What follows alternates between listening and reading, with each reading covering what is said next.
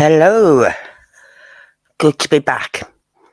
Sorry I didn't go live last night, but I was kept losing the Wi-Fi during the day. So during the day my TV would go off and things like that. And I thought, well, if I go live tonight, I'm going to have the same trouble. So because of the high winds, and I mean high winds, where I live, I'm on the corner of the block. So the wind hits my kitchen, bathroom, and balcony, right? And it just rattles, and then it howls past my living room. But by the time it gets to my bedroom, you can hear it, but it's not that loud. So I decided yesterday afternoon to come in the bedroom. I set up my laptop, my mic, everything. But then I started to lose the Wi-Fi because of the winds, and it was loud. So I just stayed in my bedroom all day yesterday, and I've done the same again today, and my cats seem a lot calmer while I've been in the bedroom because they can both lie by me. Just gotta get comfy. Right now, we're talking about this vile creature. I don't want to say his name because I don't want to give him the notoriety of it. I don't want to. And I saw clips of what the judge said. Then I was able to sit and watch it, most of it, because they didn't show you all of the court stream. They didn't. They just showed you when the judge was talking. And it broke me. That's why I couldn't go live Thursday, because I thought, no, I can't do it tonight. Not happening. And then yesterday we had the high winds, so it just broke me though what I heard. And there's been a lot of discussion about this because he got 52 years minimum. He got a life sentence, but 52 years minimum. That means after 52 years, he can go for parole. Well, it's going to be, 69, 70 by the time that comes, if he survives. If he survives. And this person is evil. He's pure evil. And to think, like, in 52 years, I won't be here, but my grandchildren will be, and the children who survived and suffered that horrendous ordeal will be, hopefully. And it's going to be these youngsters that will be on the parole hearing. And we need to make sure that this is seen everywhere. Like on the internet, everywhere. So then when anyone punches his name in, or punches in Southport, or anything like that, this is going to be the first case that comes up. Him. So that no one will ever forget him. In a way where they think, what a poor man. He's been in 51 years. He's changed. He's demonic. He's evil. He should not be out. And there's been a lot of talk as well about, because of his age, he was 17 when he committed the crime, and he was 9 days short of being 18. But because he was 17, they can't give him a whole life sentence. And I thought, well, he's only 9 days short of being 18. Surely, in exceptional cases like this, you could say, well, we can give him longer sentences. 52 years is a long sentence. That's the longest I've ever heard of anyone getting. But for him, he deserves life. But now people are also talking about the DP, death penalty. Now, I've always said, if there's someone who outright did this murder, now this guy, this lad, this man, he was caught standing over one of the children. He had the blood on his clothing and he had the weapon in his hands when the police got there. Right? He was out and out guilty. He even said it. He pleaded guilty. At the last minute, when he's due to start the trial proceedings where they start working out the jury and all this stuff, he pleaded guilty to all charges. The 3 murders and the 10 attempted murders. And the charge of having ricin in his home, the Al-Qaeda manual, death manual you could say, PDF file. He had machetes, everything in his bedroom. He was determined. He had information. He was a white racist. He wanted mass murder of the whites. He was looking up Rwanda genocide. He was looking up Hitler. All these vile people. Right? He was looking up terrorists, the London terrorists that was stabbing people on the bridge. He was looking up and reading everything on them cases. Now, okay, I read a lot of these cases, but it's not because I want to go out and kill someone. It's because I'm looking it up so that I can get a good feeling of why people do what they do. And then I don't download it. I don't download it onto my laptop. No way. But he had all this information. There was 10 times he was caught with a knife in school. 10 times. Once he went into the school, he got expelled from the school, and he went back with a knife and a hockey stick. Right? He was out for this one lad. This one lad who apparently had been bullying him. He got stopped. He was referred. Well, no, let's go back a bit further.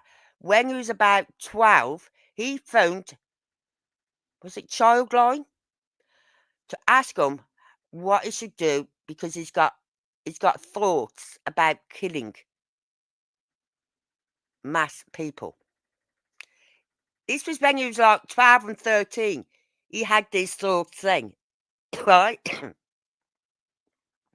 Then he's had them 10 charges of the knives, but no one ever prosecuted him on that. He got referred to an organisation for anti-terrorism called Prevent. And they are there to prevent anyone from being radicalised or wanting to do anything as monstrous as this. They are there to prevent that and to work with these children and these adults. We have, from what I heard yesterday, I believe it's 162 people on the Prevent list. 162. Can we be sure that our children are safe at school? Can we be sure we are safe walking around a shopping arcade? Can we be sure that we are safe if we go on the underground, on a train, on a coach? I travel down to Glasgow about every 3 to 4 months to see my daughter, unless she comes up here. Am I safe to travel? Is there going to be some maniac on a coach? Right? Who's going to go round killing everyone? Am I safe walking around the shops now? Are my grandchildren safe going to school? There's 162 on the prevent list. We don't know where they are based, where they live, nothing.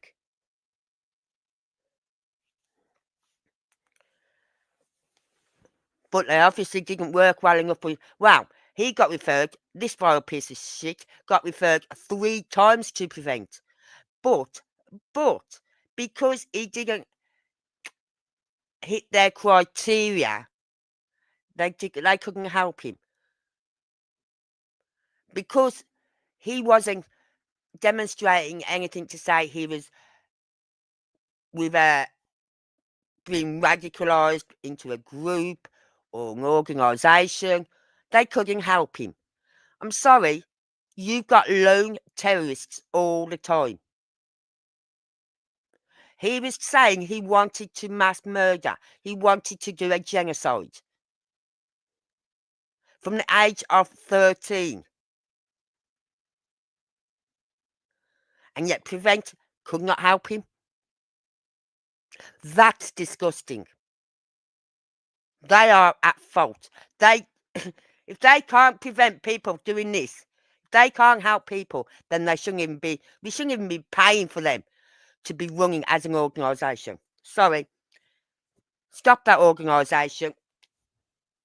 Give the money you give to them to the families who have now got this torture of living without their children. The survivors who've got survivor's guilt, who believe they could have done more. The teacher in the classroom that done the Taylor Swift theme party said, "How can I leave knowing children died? How can she?" You know what I mean? That broke me as well. I'm thinking, oh my Lord, no. None of these people, the woman, the teacher, the 2 men, and I've got the interviews of 2 of the men that went to help. None of them should feel guilty for what happened. They wasn't the ones wielding the knife.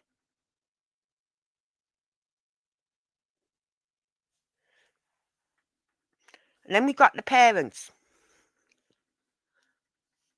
Came from Rwanda 8 years before the massacre or something like that happened in Rwanda.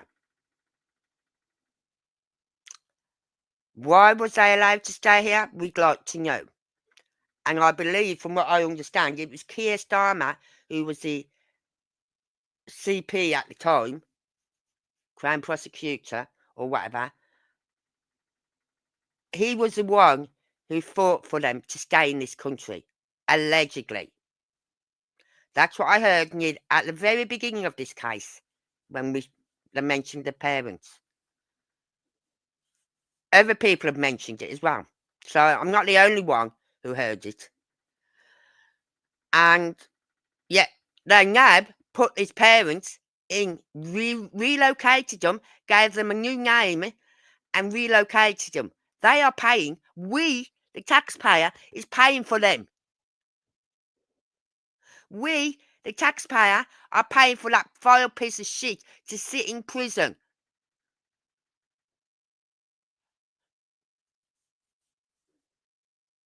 Why aren't the parents talking? A week before he did this monstrous, vile, right?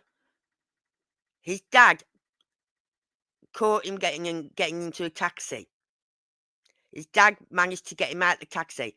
But from the video, It doesn't look like he was dragging him out of the taxi.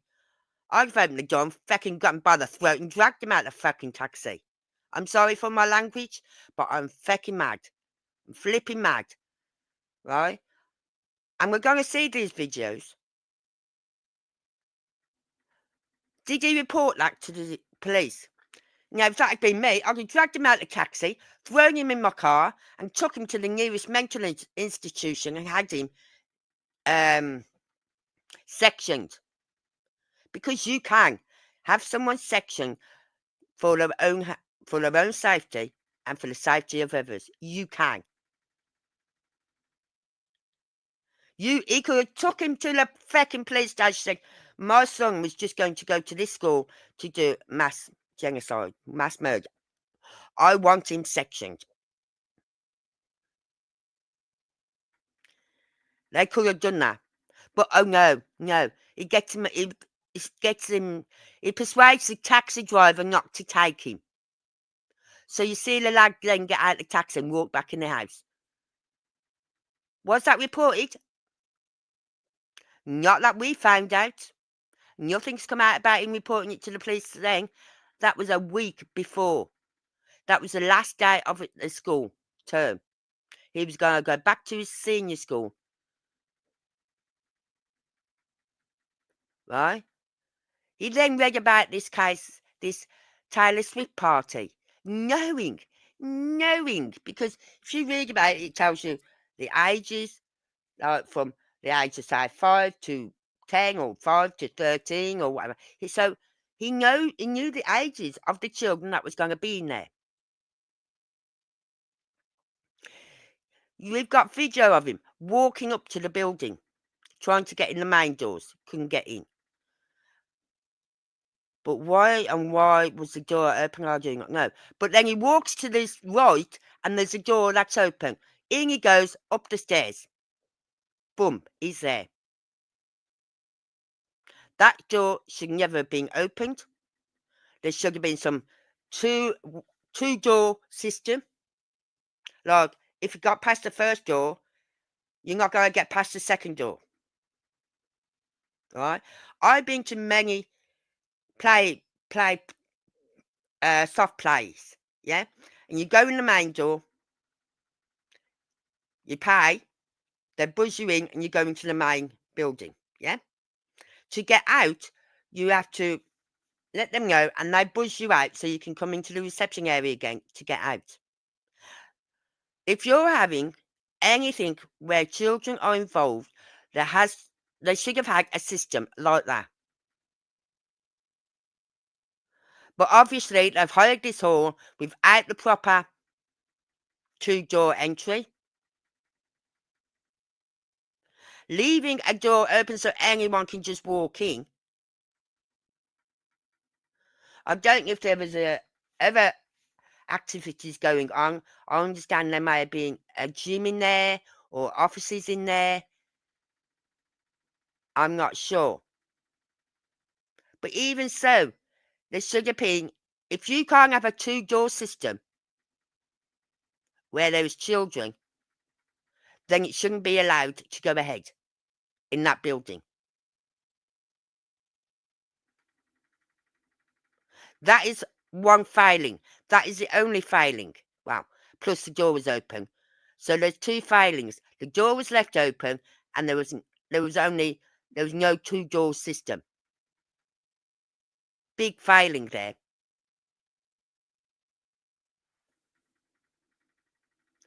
So, but you can't, I'm not going to go on about them because they're going through a lot at the moment themselves. You know what I mean?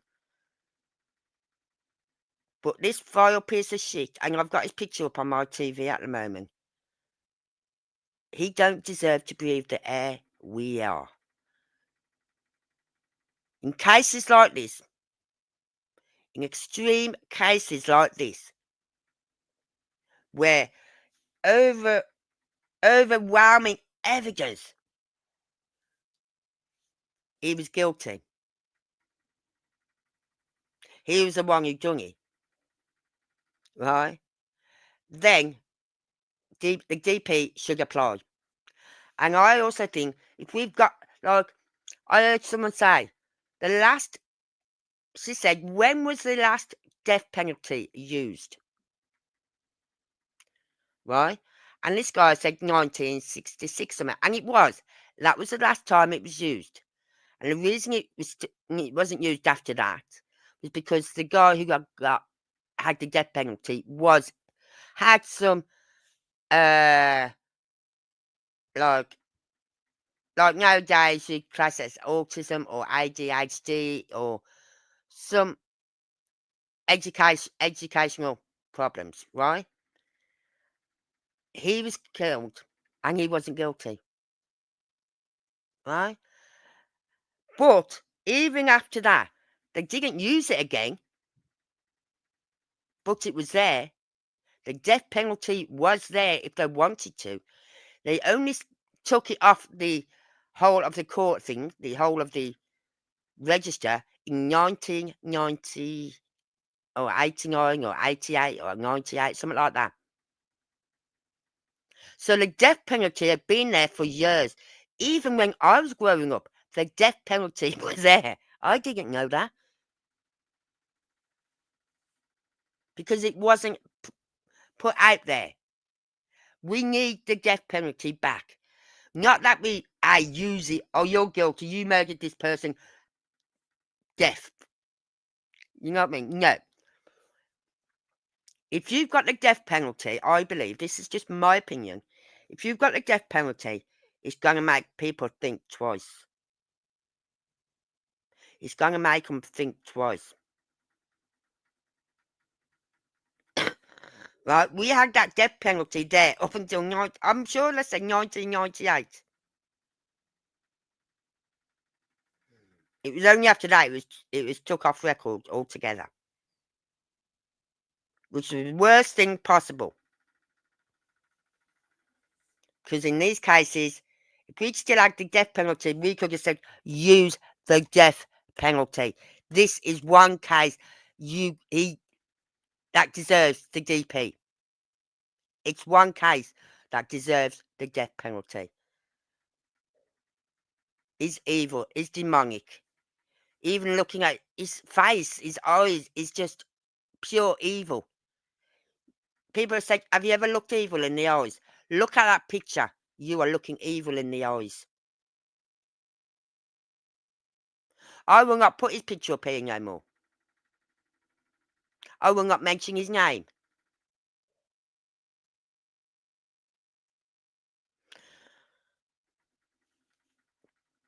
But there's enough videos out there with his picture up there, with his name. So people will see this in 30 years, 40 years, 50 years. Just Google it. Whatever it is then, whether it's Google or something else, you'll find him. His name will be at the top. The most notorious killer in the UK, his name will be at the top.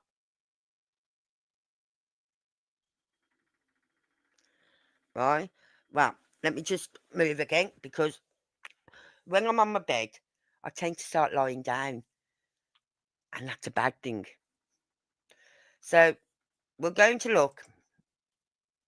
Hang on, I've just got to get to where my downloads are. And we're going to listen to, I think, I'm not sure which one we're going to listen to first.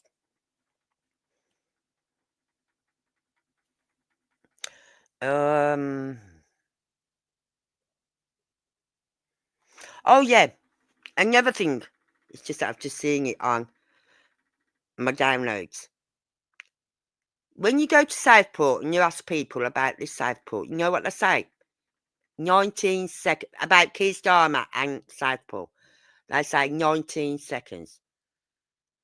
So I watched that. And from the time he got out of the car, walked up, placed down his wreath, it was 19 seconds. By the time he left, it was 30 seconds. He had 30 seconds spent there. From walking to the car, placing his wreath down, waiting for the others to do what they had to do, then turn around and walk away. And then he could only push out 30 seconds for these children. 30 seconds of his day. But then on the night time, he had a celebrity party in his in the number 10 back garden. Oh yeah, he could give them several hours, but he couldn't even give them more. He only gave these children 30 seconds the most. 19 seconds to lay the wreath, and 30 seconds before he turned to walk back to the car. That is our Prime Minister. And I might actually put that one up first. So then you can check it yourself. You can check it yourself. I will stop it when it hits 19 seconds. And I'll stop it, start it again, and then stop it again. Hold on. Start it again, and then stop it again at 30 seconds.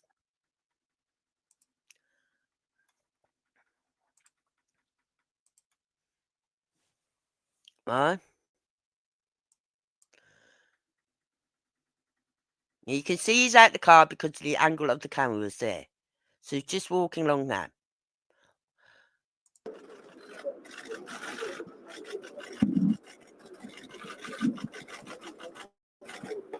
How many more children have died off streets, Prime Minister? How many more children? 13 seconds, by the way, 14, 15. It was actually 16 seconds to lay the wreath. 16 to 17 seconds. Time to change, Starmer. Come on, needed. How many more children? Is mine next? What's you to stand up for our children? 30 seconds before he turns to walk away. 30 to 31 seconds. Wow. Good one, PM. Good one. Not a word. No. Not a word for the families, for the children. Nothing. You could only spare 31 seconds. That's disgusting.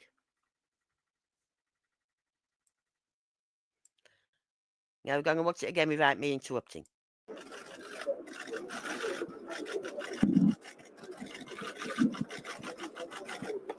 How many more children have died off streets, Prime Minister?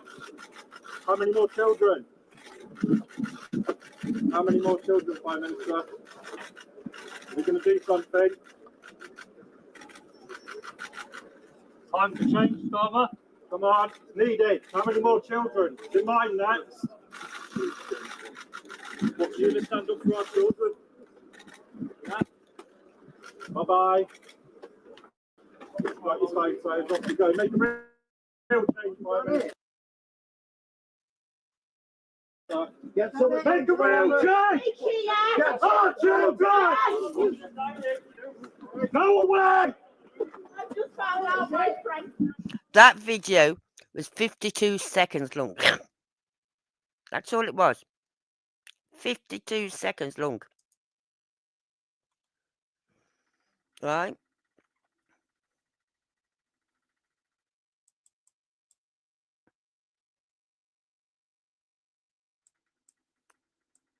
Now, hold on. Just got to make sure I've got all my warnings up. Hold on. Trigger warning up there. Oh. Oh, dang it. Right, this is going to be triggering now. Because the next video we're watching is the judge. Okay? We're going to go back to this video, don't worry. We're going to be coming back. Mm-hmm.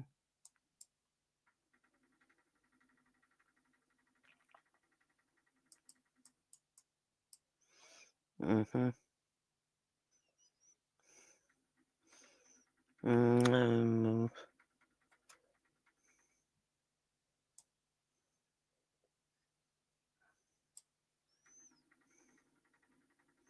I think this is the one. Hold on.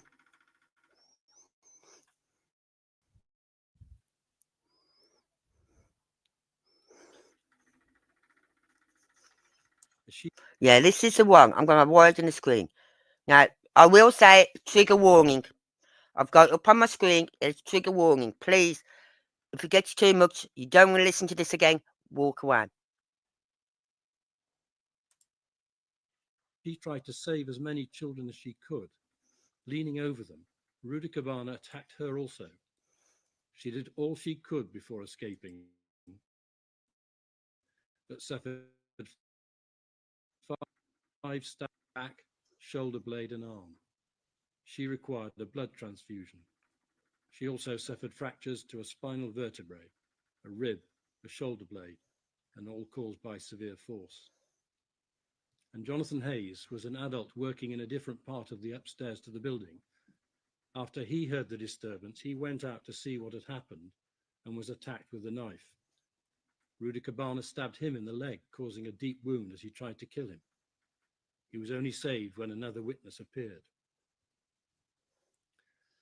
I have read each of the victim personal statements, and many have been read out to the court.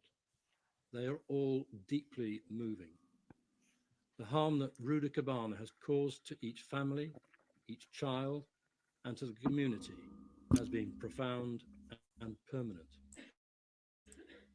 For the families of Elsie, Bibi, and Alice, they will never recover from what happened to their daughter. For those children and the adults that he attempted to murder, their lives will never be the same, nor will their families who are left to look after their exceptionally brave daughters. Also for the emergency services whose personnel had to deal with the aftermath. In just under 15 minutes, Rudakabana murdered 3 children, murdered 8 other children, and also 2 adults, murdering more only by the escape of the other children. When the police arrived at about 12 noon, they found him standing over the body of B.B. King and still holding the knife. It was Bibi who had suffered at least 122 separate knife wounds, and whilst Rudakabana did not say anything in his police interviews, he did make unsolicited comments, which are deep as kids are dead, it makes me happy, close quote. And quote, it's a good thing those children are dead, close quote. In his home. That was evil speaking. Evil speaking. The police discovered clear evidence of a settled intention to carry out mass killing. On one of his computers were files proving that he had a long-standing preoccupation with violent killing and genocide.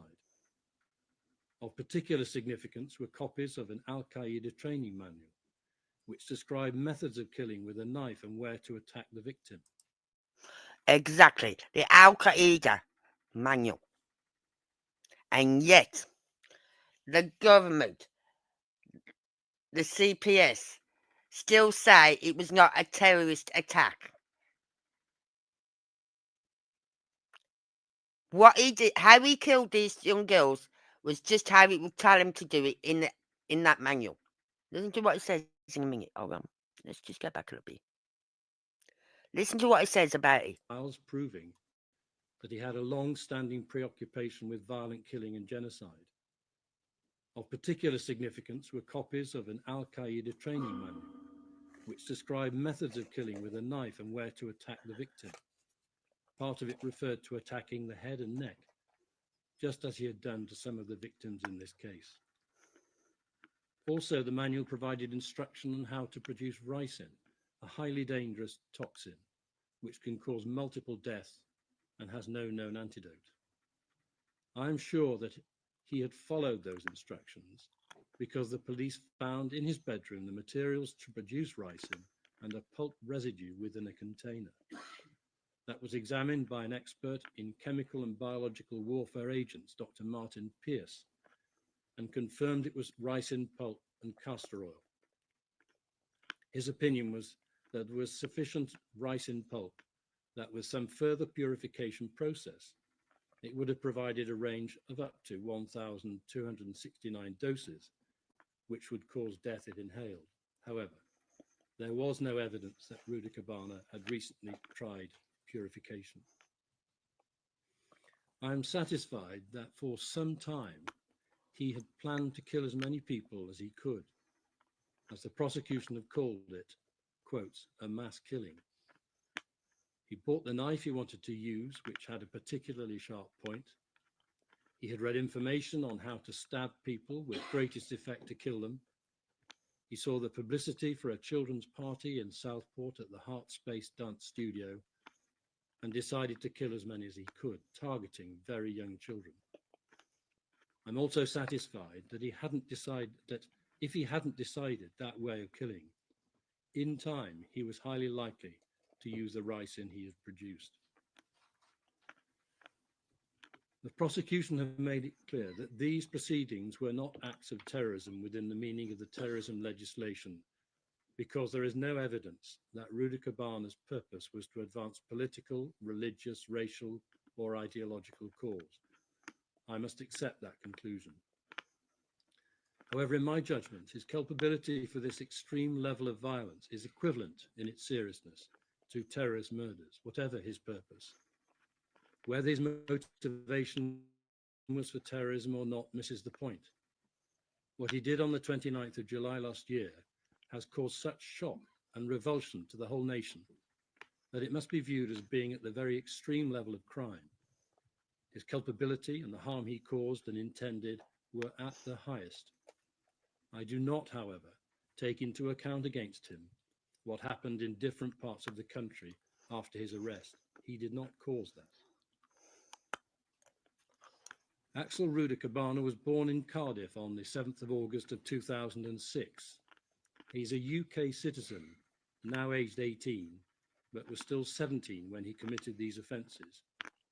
He was only 9 days short of his 18th birthday, which has a particular significance. Had he been 18, I make it clear that I would have been compelled to impose on him life imprisonment without a minimum term, otherwise known as a whole life term, meaning that he would never be released. However, the law does not permit such a sentence for those offenders who are under 18 when they offend.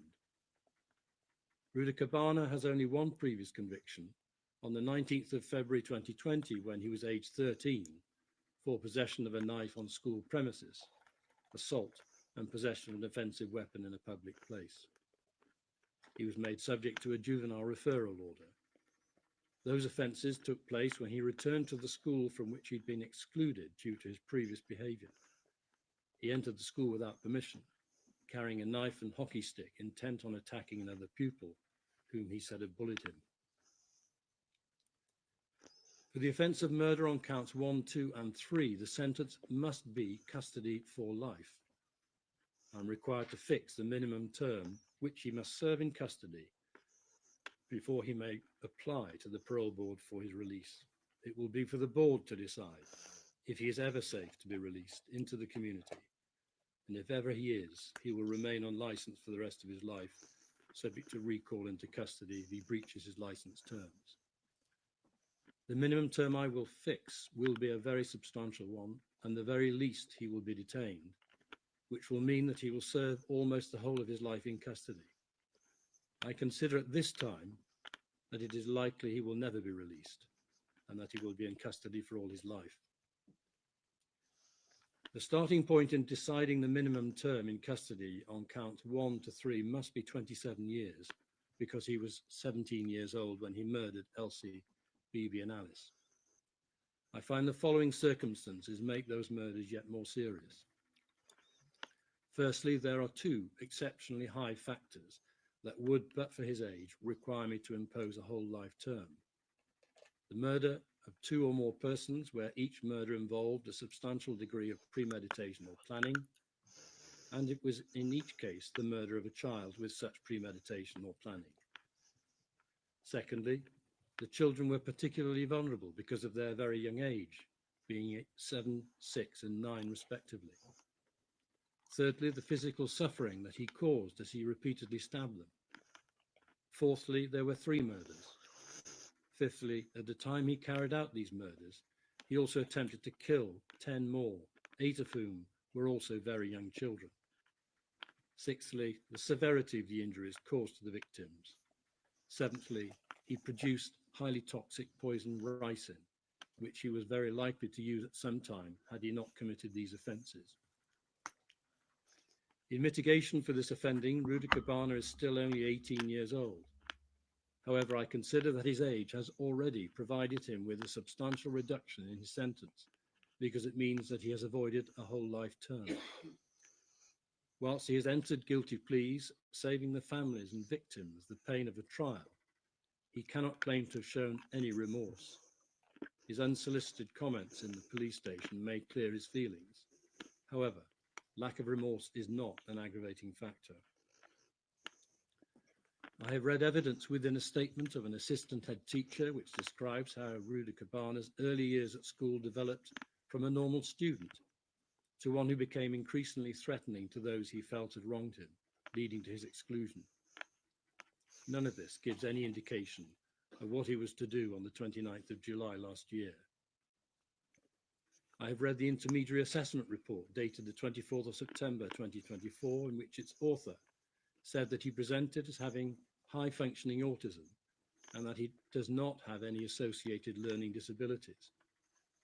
The report found that he had some communication and attention difficulties. None of this offered any explanation for this offending. No further expert evidence has been provided on his behalf. I've taken into account the overarching principles sentencing children and young people. The fact that he's now 18 years old does not make the guideline irrelevant. However, I'm not persuaded that his emotional age is different to his chronological age. I will give him the appropriate discount to reflect the fact that whilst almost 18, he was still young. In sentencing, I will do concurrent sentences, meaning they will all be served at the same time. However, I will treat the murder offences in counts 1 to 3 as the lead offences and take into account all served. Also, have in mind the totality of the sentences, requiring me to take a step back and consider whether they're just and proportionate, and I conclude that they are. The guilty pleas will allow some small discount on the sentence because they were entered so late on the first day of the trial. I turn to the attempted murder offences in counts 4 to 13. Each of these offences requires me to impose concurrent sentences of for life under section 272 Sentencing Act 20. Within the Act, I am satisfied of these offences, Cabana is an offender, and that the circumstances justify the imposition of a life sentence. I must then fix the custodial term which he must serve. For each offences where he attempted a child, being count 4 level, the appropriate guideline is category 2 with a starting point sentence of 30 years and a range up to 35 years. By him requires me to increase that sentence to the top of the range.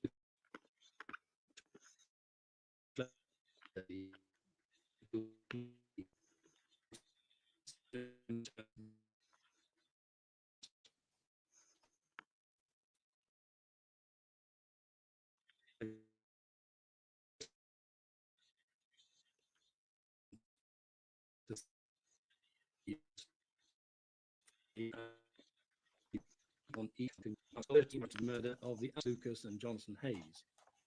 The guideline category is B2 with a starting point of 25 years and a range up to 30 years.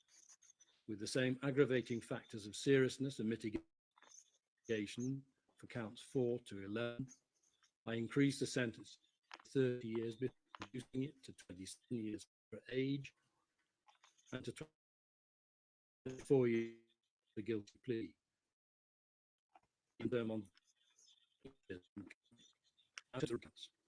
On count 14, having an article, this is 18 months custody. This is a category 1A offence, which I have reduced the sentence to reflect his A and plea. 15, production of a biological toxin. There is no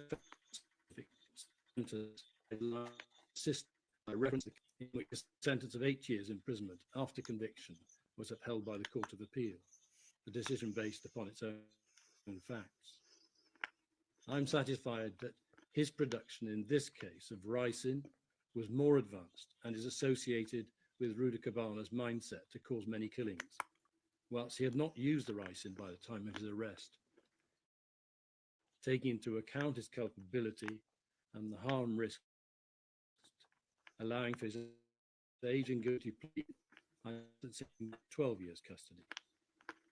Count 16, a document likely to 18 months custody after taking into account his age and plea and applying the guideline category 3C. I'm now going to sentence Axel Rudakabana, having explained my reasons. On counts 1 to 3 murder, I sentence him to custody for life with a minimum term which he must serve in custody of 52 years, less the time he's served already. He's been in custody for 175 days on remand, will credit if minimum term is 100 concurrently to custody for life with a minimum term of 18 years, less 175 days served, 8 concurrently each other.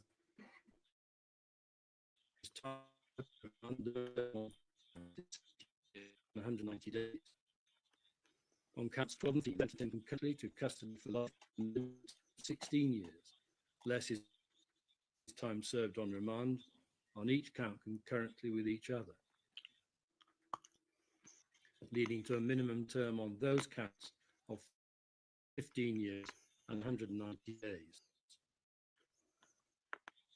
On counts 14 and 16, I sentenced him to 18 months concurrently and other offences under 18 statutory charge, which will be entered on the court record. Accordingly, in total, I sentenced through 14 sentences of custody for life and a minimum to be served in custody 51 days and 190 days.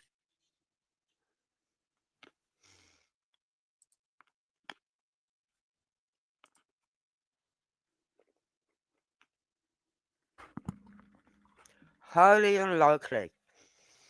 Right? There's going to be people who will get arrested, will be put in that prison, will come up into the same prison as him. And some might be in there for life. Right? And they will go for him. They'll try anything to get to him. The prison can't protect him fully.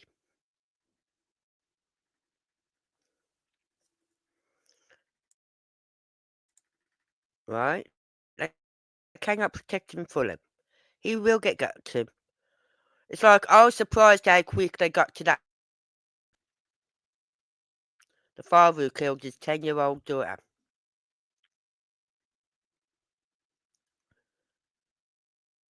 I don't think he did. I think he's been in there about a week.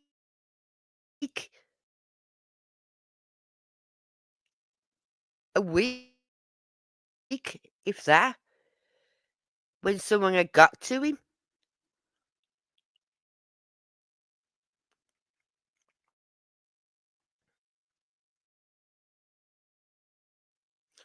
So,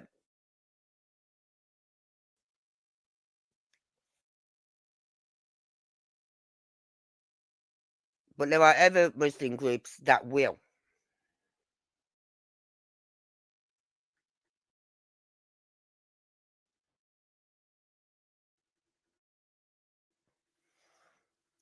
So, I don't know. I do two things. I check for two things. One, if Sebastian Rogers has been found.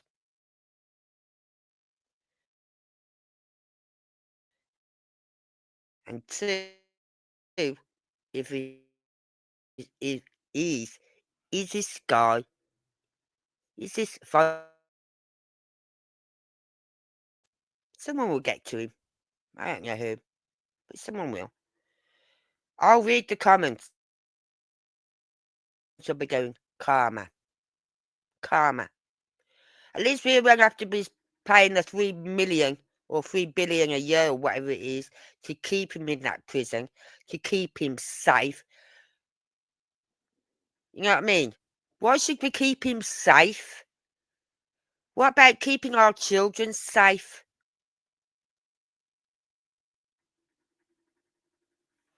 No one is out there keeping our children safe. But, oh, now he's in prison, we've got to protect him. Oh, yeah, we can't let anyone unalive him. Why? Why? You didn't protect us. You didn't protect him, and you're protecting his family.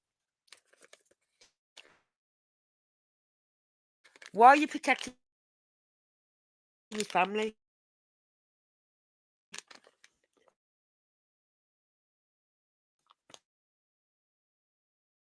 Why don't the mother and father speak out? See the people talking about this. Let me see all these YouTube channels and news channels saying, why aren't the parents talking?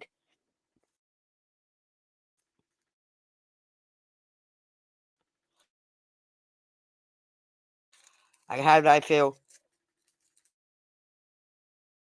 The parents are just... Why didn't they? Why are they protecting them?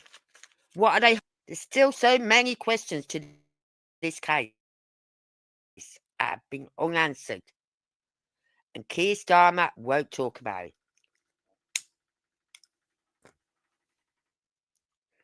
They won't acknowledge it as a terrorist attack.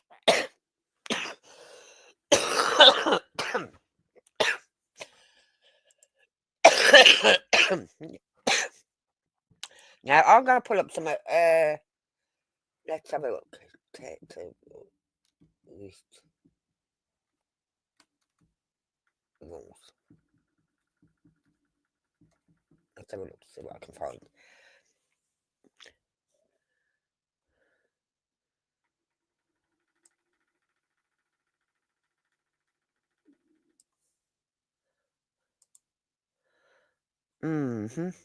I'll find it in a minute. But I found something today. I typed it in. I can't remember what I typed in. And he covered every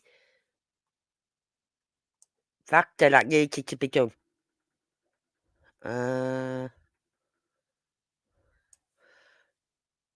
Let's see what it says here.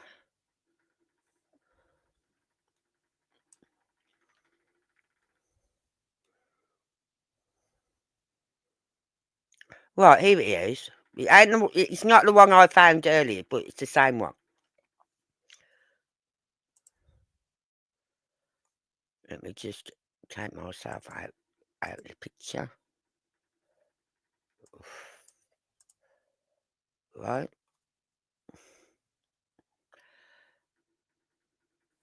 Let me go back up here. It says, terrorism interpretations. 1. In this act, terrorism means the use of threat or of action where A, the action falls within subsection 2, which we're going to look at. B, the use or threat is designed to influence the government or an international governmental organisation or to intimidate the public or section of the public. And the use of or threat is made for the purpose of advancing a political, religious or ideological cause. Well, I'm trying to say, because they could not find no ideological reason behind them having the manual or the writing, that they can't call it a terrorist attack. But then, and we're going to listen to that piece of piece of a Prime Minister talk. He says we're looking at a new era or something like that of terrorists. We've had lone terrorists. We've had lone wolves. Right. Action falls within this subsection if it A. Involves serious violence against a person. Tick. Involves serious damage to property. Nope. Endangers a person's life other than of the person committing the action. Tick. Creates a serious risk to the health or safety of the public or a section of the public. Or tick. Is designed seriously to interfere with or seriously disrupt an electronic system. No. So there's three parts of that covers it. And yet they're saying it's not a terrorist. Right? They're saying because he had no ideology, because he didn't just focus on one ideology, like Islam or, I don't know, all the others, the IRA, anything like that. Because he didn't focus on one ideology and he focused on all different ones, they can't put it down as a terrorist attack. What are they talking out there? Fecking backsides. It says here, involves serious violence against a person. Tick. Endangers a person's life other than that of the person committing the action. Tick. Creates a serious risk to the health or safety of the public or a section of the public. Tick. And yet they will not admit or acknowledge it as being a terrorist threat.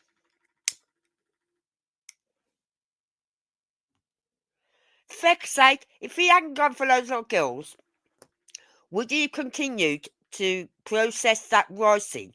Right?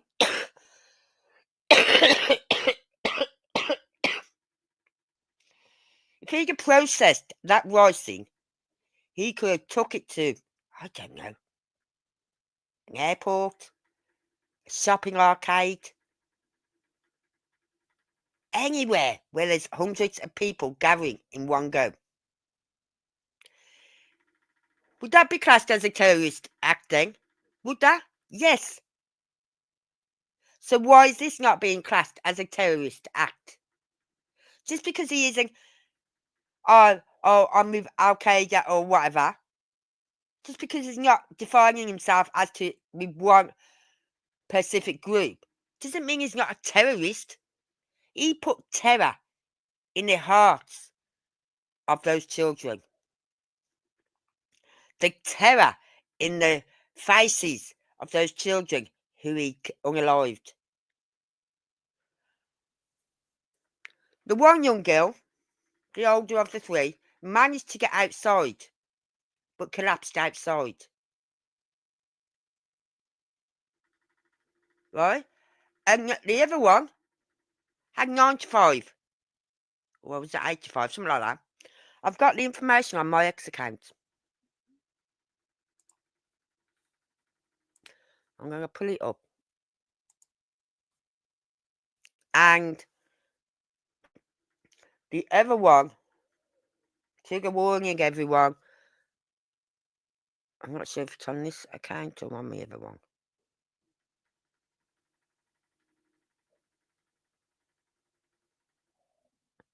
Yeah. Right? Here it is.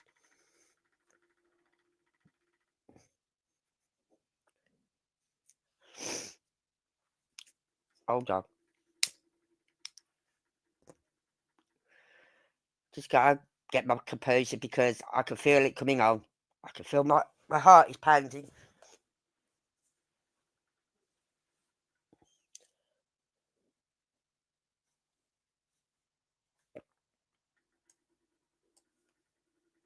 Oh. What was the name of this one? I can't remember the name. But this one, this little girl, A6. I think this was BB. I'm not sure. Anyway, stabbed 122 times, attacked, escaped, collapsed, finished off. So he attacked her, she escaped, she collapsed, and then he finished her off.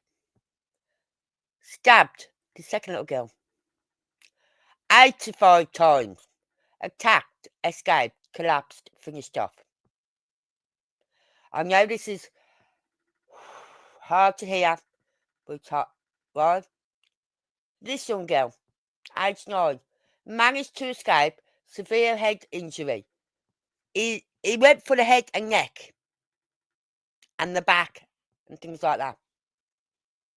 Severe head injury. Heart stopped bleeding. Heart stopped beating. 2 wounds cut through the ribs.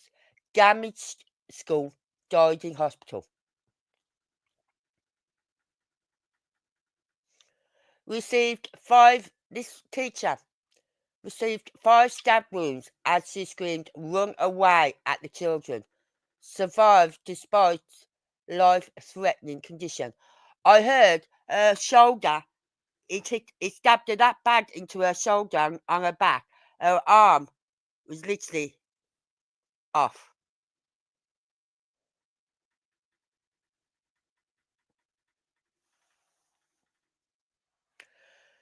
This young girl, these are anonymous ones because they was the ones who survived and their children.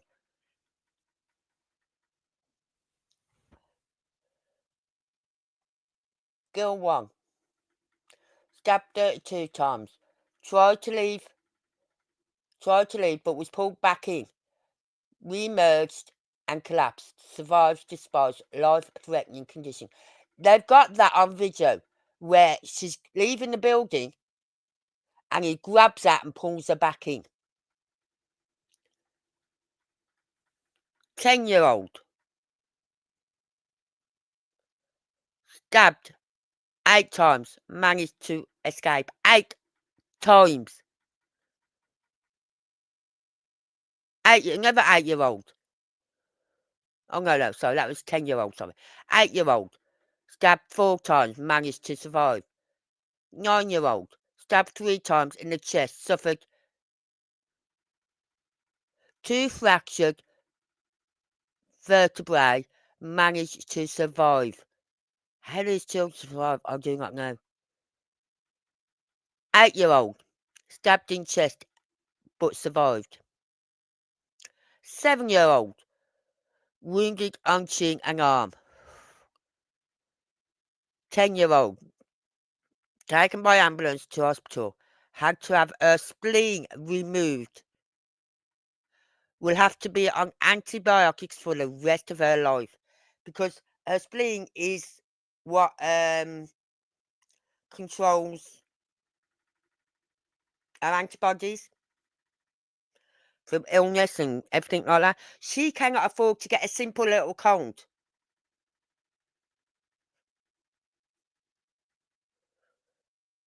"13-year-old. Stabbed twice in shoulder and chest. Suffered major blood loss and survived. Anonymous girl 2, not giving her age.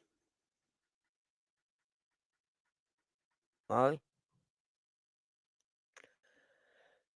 Stabbed 8 times, managed to survive. But these 2. He was standing over her when the police got there. I'm not going to say what he literally did to that little girl with the knife. And it says it. The Southport monster didn't just kill these 3 little white girls. He stabbed them hundreds of times. And he stabbed almost a dozen other girls almost as many times. Even dragging the wounded back into the centre as they were fleeing. So he could cut them up even more. Later he would laugh at the police and express that he was glad they was dead.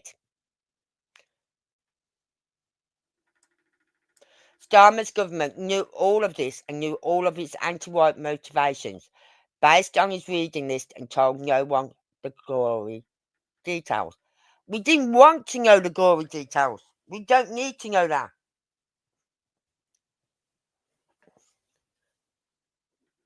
But this was a guy who was intent on going. He's a white racist. He had hate for the white.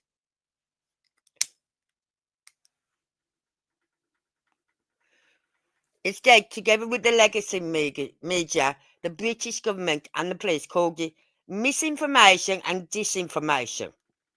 Yeah. To suggest that he had a racial motive. So that is what they did. They made out to the public, but we said anything about this guy, about him being a terrorist, about him being this, about being that. Right? It was misinformation and disinformation. And they was locking us up to suggest that he had any racial motive. Yet they knew that day. By the end of that day, Starman knew everything they found in that home.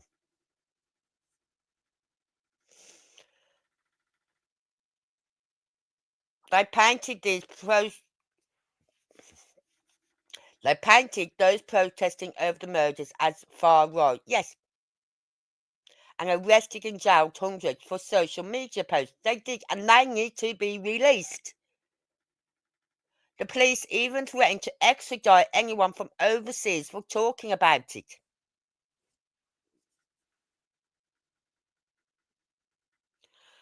Like Elon Musk and people like that. So if you'd have been in the USA and you'd have been talking about it, they were threatening to extradite you over here.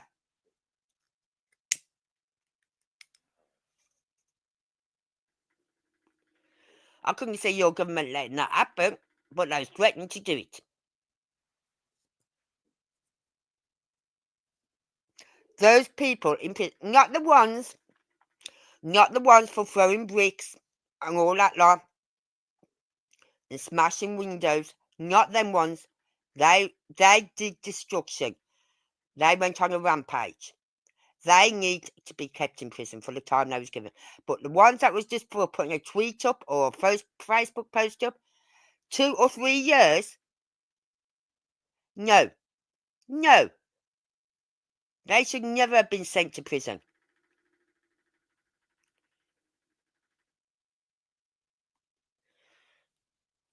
Disgusting how they've been treated.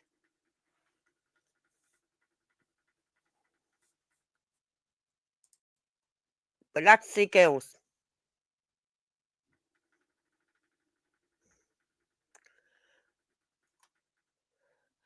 Anyway, I'll take that down so that you don't have to see it. Okay, let's just take him off there.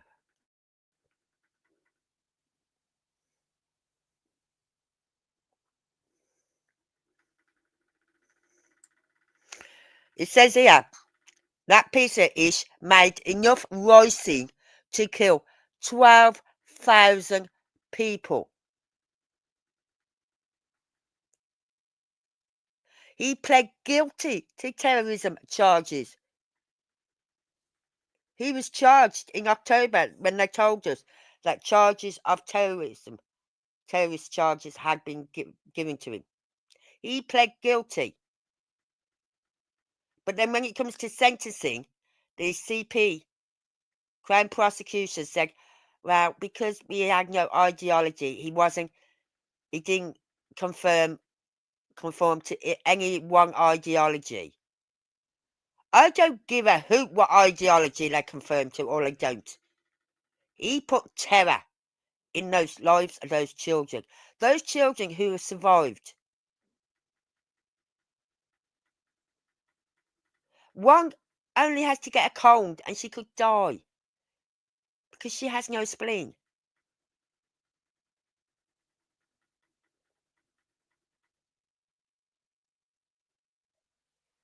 She's on antibiotics for the rest of her life.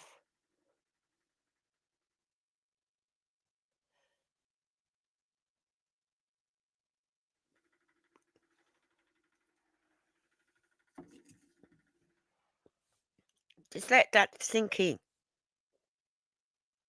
We're paying, what was it, 3,000, no, 300,000 or whatever a year to keep him in prison. No, DP, death penalty, and then give that money to the families that need it, to the children that suffered, to the teacher who hid in the toilet with one child, one or two children, right? Thought the other children had got out, so hid in the toilet with one or two of the children.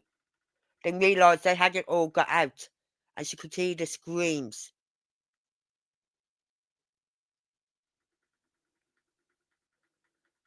You know what I mean? You got all that. They've got to leave that for the rest of their lives.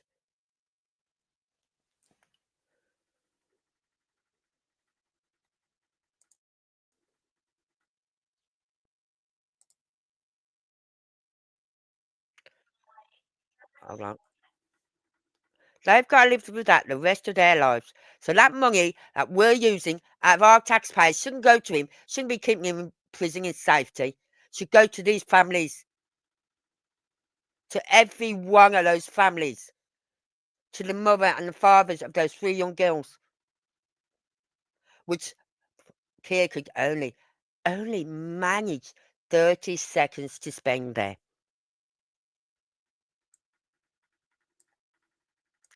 Right? We're going to listen to Keir Starmer. I'm going to speed this one up because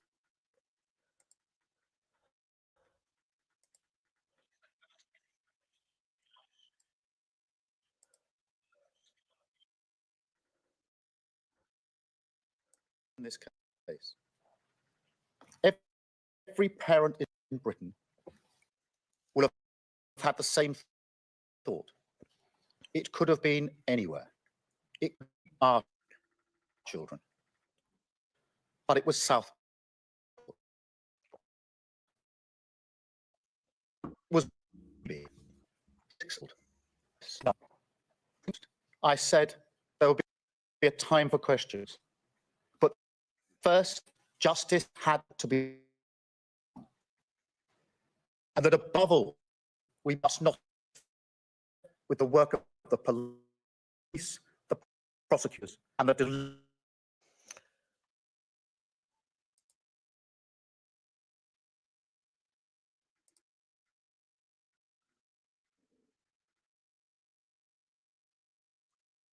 their lives hold on. will never.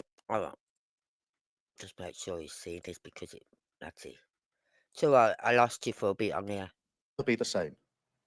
Never be before the I turn same. to No. the questions that must now be answered for the families and the nation, I first want to recognise their unimaginable grief, because I know the whole country grieves for them. The tragedy of the Southport killings must be a line in the sand for Britain. Oh, you didn't grieve for them, did you? You gave them 30 seconds of your fucking precious day. 52 seconds all in all by the time you got back in the car and drove away. But then had a nice celeb party in your number 10 Downing Street house. Garden. I don't care. If I'd have been Prime Minister and that had happened and I'd had a big party, I would have gone, no, we either cancel it or if you don't cancel it, you lot go, I'm not. I can't go. Me personally, I could cancel it. A few celebs, cancel it.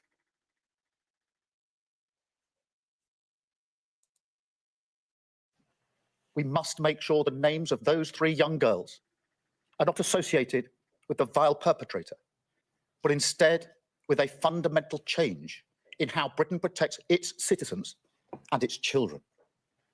In pursuit of that, we must, of course, ask and answer difficult questions. Questions that should be far-reaching, unburdened. Right, question, Keir. Was it you who fought for the father in the court justice? How many years back? 10 years or whatever back, or 18 years back? Was it you that fought for his father to stay in this country? Was he? And if so, what was your reasonings for having him stay in the country? By cultural or institutional sensitivities and driven only by the pursuit of justice. That is what we owe the families. The responsibility for this barbaric act lies, as it always does, with the vile individual who carried it out. But that is no comfort. And more importantly, it is no excuse. And so, as part of the inquiry launched by the Home Secretary yesterday, I will not let any institution of the state deflect from their failure. Failure which, in this case, frankly, leaps off the page. Oh, so you're going to hold yourself responsible then, are you, Keir? For example, the perpetrator was referred to the PREVENT programme on 3 separate occasions. In 2019, once, and in 2021, twice. Hold on, Keir. The reason they couldn't do anything was because he had no ideology. He didn't associate with any one organisation. That was why they couldn't help him. Now, isn't that why you have not brought terrorist charges upon him? Because he had no ideology. He had no ideology to any one organisation. So if you're going to go after PREVENT, then go after yourself. I don't like PREVENT. I think they're doing a piss poor job.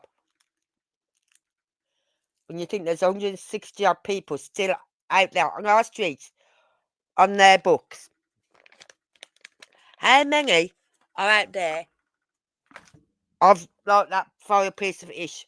How many out there have gone to PREVENT and they've not been able to help because they've not held any ideology to any one cause, to any one organisation? How many are out there like that? If they've got 169 on their books, how many have they not got on their books?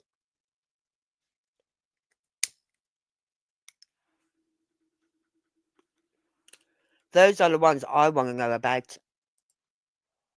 Yet on each of these occasions, a judgment was made that he did not meet the threshold for intervention. Yeah, A like you're judgment saying with that the... was clearly wrong and which failed those families. And I acknowledge that here today.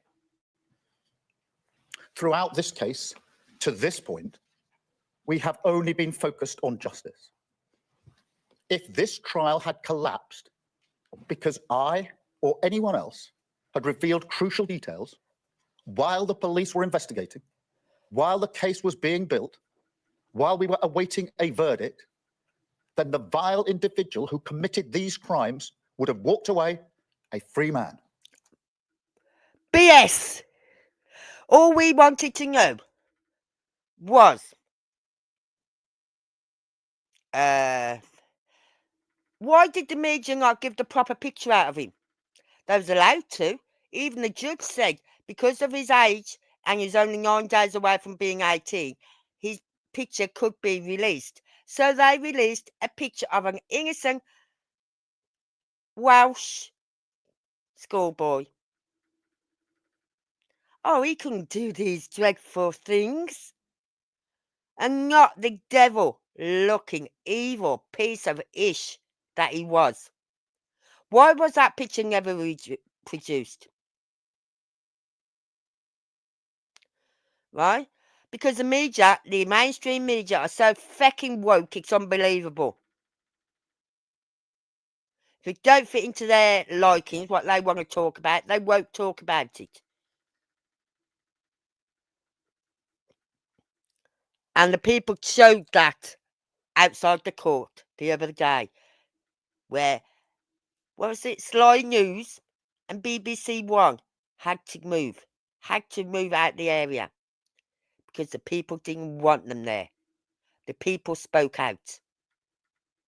Their eyes are wide open, and our eyes were wide open to you and your piss artist government who do nothing to protect our children, nothing to protect our women.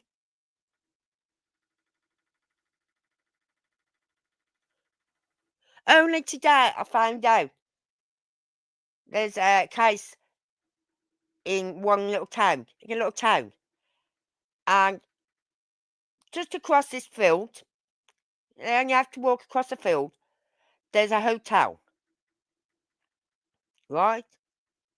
People make it out like saying so far to walk, but you can walk across the field, it's not going to be that far. A hotel full of migrants. These migrants are standing outside the school in the morning and break times and when they're coming home on the evening, watching them, taking photos of them. It's being reported to the police. The police have come round and gave them a softly, don't do this again, you're not allowed to do this and all this crap. When are you going to start protecting our children, Kia? The prospect of justice destroyed for the victims and their families. I would never do that. And nobody would ever forgive me if I had.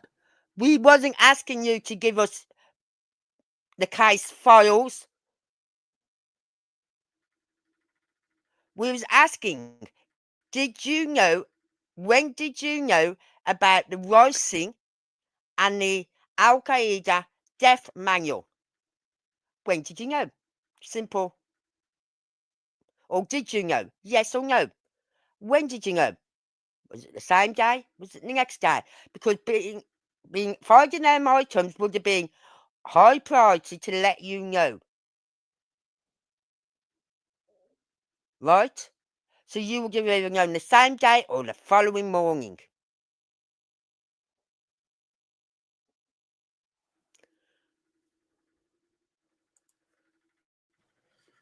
That is why the law of this country forbade me or anyone else from disclosing details sooner. Nonetheless, it is now time for those questions. And the first of those is whether this was a terrorist attack. It was. The blunt truth here is that this case is a sign. Britain now faces a new threat. Terrorism has changed. In the past, the predominant threat was highly organized groups with clear political intent, groups like Al-Qaeda. That threat, of course, remains. But now, alongside that, we also see acts of extreme violence perpetrated by loners, misfits, young men in their bedroom, accessing all manner of material online. Look, we've had lone wolves. We've had them for years. For years.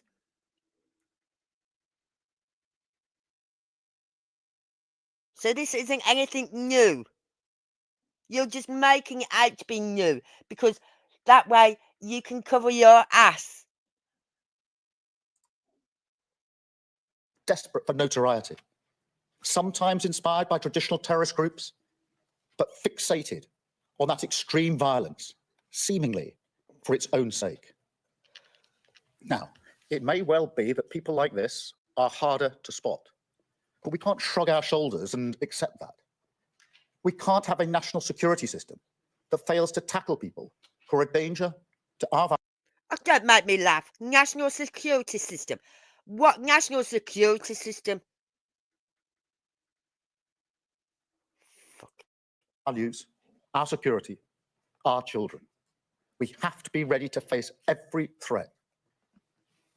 And when I look through the details of this case, the extreme nature of the violence, the meticulous plan to attack young children in a place of joy and safety, violence clearly intended to terrorize, then I understand why people wonder what the word terrorism means.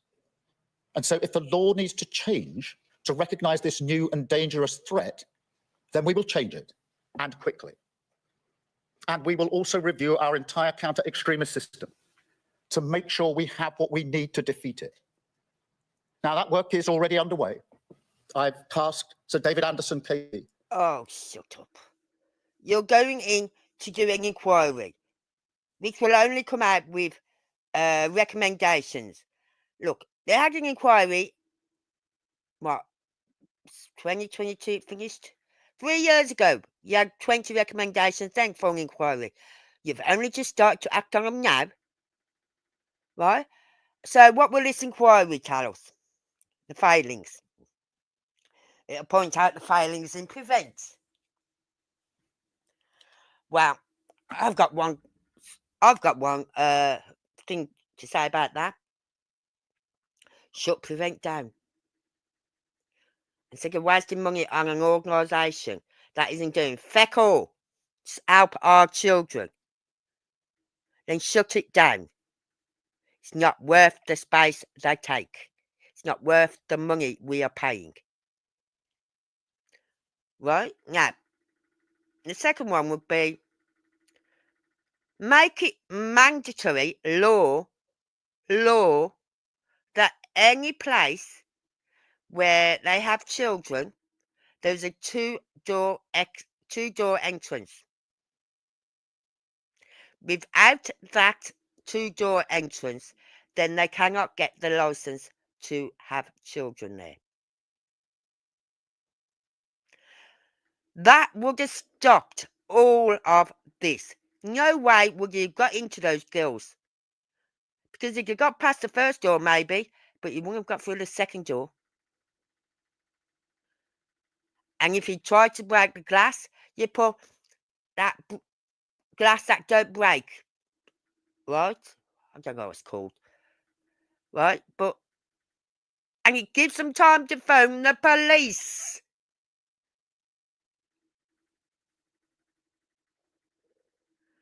So I think that has to be mandatory by law that any place holding any event where children will be, it has a two-door entrance.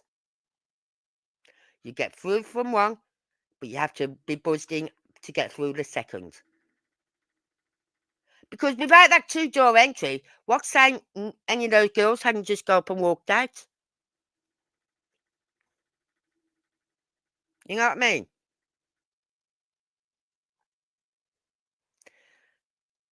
Where were the toilets? Were they outside the room? You know what I mean? Did they have to go outside the room to get to the toilets? Which means they could have gone down the stairs and just walked out. So you have to have that two-door policy. Without that, they don't get the license to have all groups of children there. As for the rest of the shit that went on, the police, Prevent, youth, whatever, heads need to roll. The new independent Prevent Commissioner. And that means your head as well. To shine a light into its darkest corners, so the British people can have confidence that action will follow words. But I have to say, to face up to this new threat, there are also bigger questions. Questions such as how we protect our children from the tidal wave of violence freely available online. Because you can't tell me that the material this individual viewed before committing these murders should be accessible on mainstream social media platforms, that with just a few clicks, people can watch video after horrific video, videos that in some cases are never taken down. No. I think we need to take this video down, don't you? This is horrific. That cannot be right. But it's not just the nightmares of the online world. Well, because when you wake from a nightmare, the first thing you do is reassure yourself with reality. But for far too many people, the state of our society no longer does that. Now, people will say this is all because of immigration or all because of funding cuts. But in truth, neither tells us anything like the full story or explains this case properly. No, this goes deeper. A growing sense that the rights and responsibilities that we owe to one another, the set of unwritten rules that hold a nation together, have in recent years been ripped apart. Children who've stopped going to school since the pandemic. Young people who've opted out of work or education. More and more people retreating into parallel lives, whether through failures of integration or just a country slowly turning away from itself?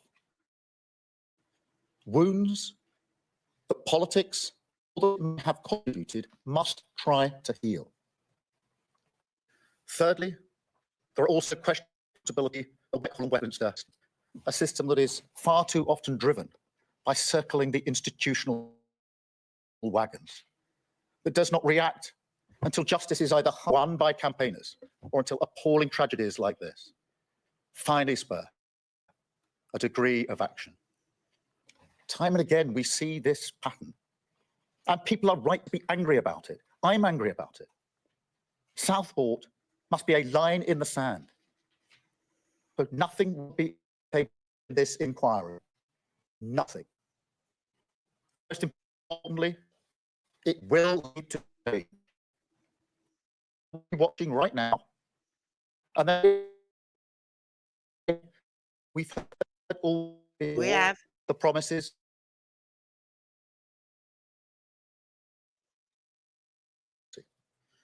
And we've seen that throughout this case. A suggestion that there has been a cover-up. There has. I want to put on record that yesterday's guilty verdict only happened because hundreds, if not thousands, of dedicated public servants worked towards it.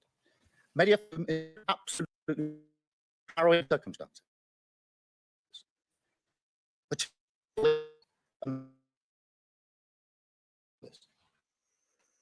on them. And yet I'm under no illusions that until the wider state shows the country it can change for British. So I want to be crystal clear in front of the British people today. We will leave no stone unturned. Clear. Oh, I hate those two words, crystal clear, because as soon as I hear those two words, crystal clear, I know it's going to be BS coming out the mouth. I was the prosecutor who first spotted failures in grooming cases in my institution, the CPS, 14 years ago. And I was the prosecutor who first did something about it by bringing the rape gangs in Rochdale to justice. And so my approach as Prime Minister will be no different. If any short... So why won't you, as Prime Minister, do a national inquiry into the rape gangs of the UK? The other 50 towns and cities. Why? You're now Prime Minister. You can do that. So why won't you do it? Because you haven't got the balls. Comings are now holding back the ability of this country to keep its citizens and its children safe. I will find them and I will root them out. Because when it comes to justice, the failure to be transparent is not only disgraceful on its own terms, it is also the enemy of strong communities. It spreads suspicion more widely and allows division to win. I remember when this happened, in those dark days of the summer. And I remember that, like now, the whole country grieved for Southport. But I also remember how it was profoundly moved by their example. Because even as that community faced an unimaginable evil, even as they had to endure mindless violence, bricks and bottles thrown at their community, their businesses, their mosque, police officers attacked, including those who were on the scene responding to this vile murder. Even despite all of that, they chose to come together. They chose to pick up the pieces of their lives. They chose to rebuild, brick by brick, side by side. Strangers no longer strangers, a community. This country has no shortage of empathy for the people of Southport. I know that. But in the face of such darkness and tragedy, what we really should do is follow their example. That is what we need to face this new threat. But also something more. Because national renewal isn't just about public services or the economy. It's about turning us back towards ourselves, giving people confidence in a shared future, so people can once again see the strength and power in themselves and in this nation. But that can only begin today, by holding up the mirror and facing what we see. So wherever this inquiry goes, we will follow it. No matter the Right, so you obviously look in the mirror every day, Kia. Right? We all do. So, why aren't you following it? boats it will rock, no matter the vested interests it will threaten, we won't hide. But then, most importantly of all, we will act, because this time it will be different. Southport will be a line in the sand. We will honour those 3 little girls and deliver not just justice, but the change that the people and families of Southport deserve. Thank you. I will now take a number of questions from... No, I'm not going to listen to the questions. Right? So, in fact, I'll get that off. I want to get...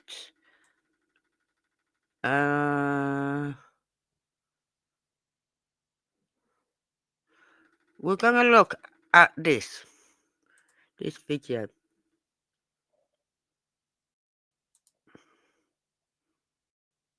Right? Just make sure you can see this. Take this down.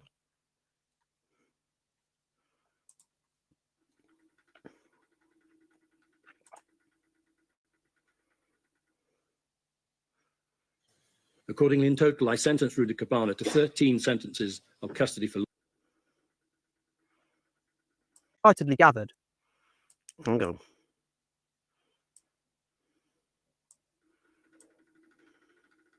Right, we're going to start from here, okay?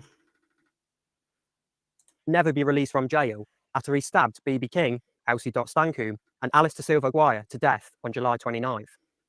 Liverpool Crown Court heard details of the children's injuries that were so horrific their parents asked the media not to repeat them. Rudy Cabana has now been jailed for life, with a minimum of 52 years following the horrific triple murder. Sentencing, Mr. Justice Goose said he would have killed all 26 children in the community space if he could have done. He also said it was highly unlikely that Rudy Cabana will ever be released. Chilling footage released by police shows Rudy Cabana arriving at the building in the back of a taxi, ready to kill. Hiding behind a surgical mask, the monster refuses to pay the driver, who repeatedly asks him, cash or card. He then exits the vehicle and makes his way to the community centre, where 26 innocent children had excitedly gathered for the booked-out Taylor Swift dance class. Rudy Cabana attempts to gain entry through a large door before sneaking in through an open stairwell to his right. Once inside, the triple killer unleashed his rampage, slashing at children and adults one by one. Further footage shows his father removing him from a taxi a week earlier. He's not removing him, he's talking to the taxi driver.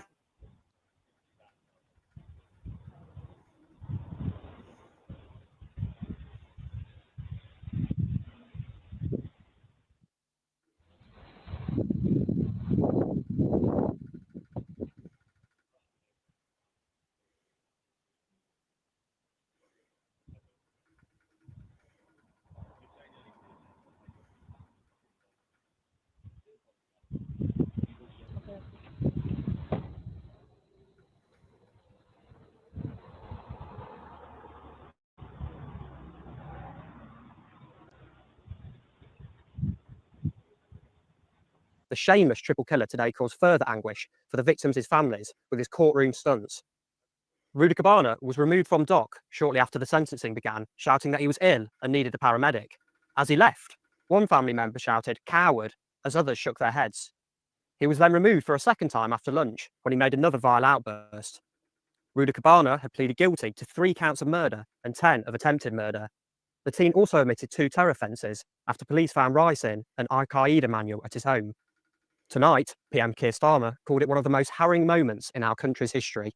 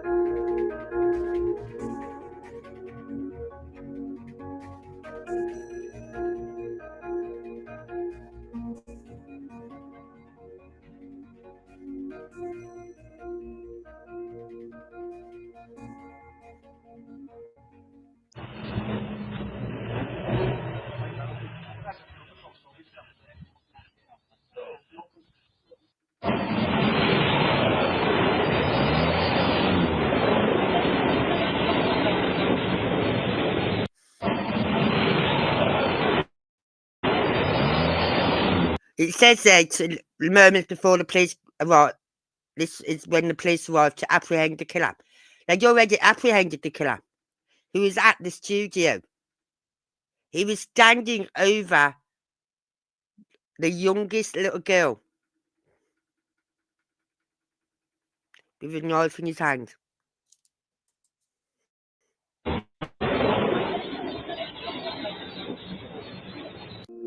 This is his bedroom.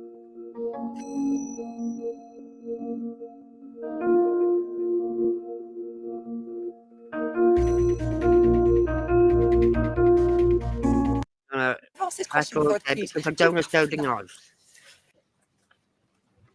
Today, Axel Rudy Cabana has been sentenced for his cowardly and vicious attack on the young girls who'd gathered at Heart Space on the 29th of July 2024 to have some fun in their school holidays.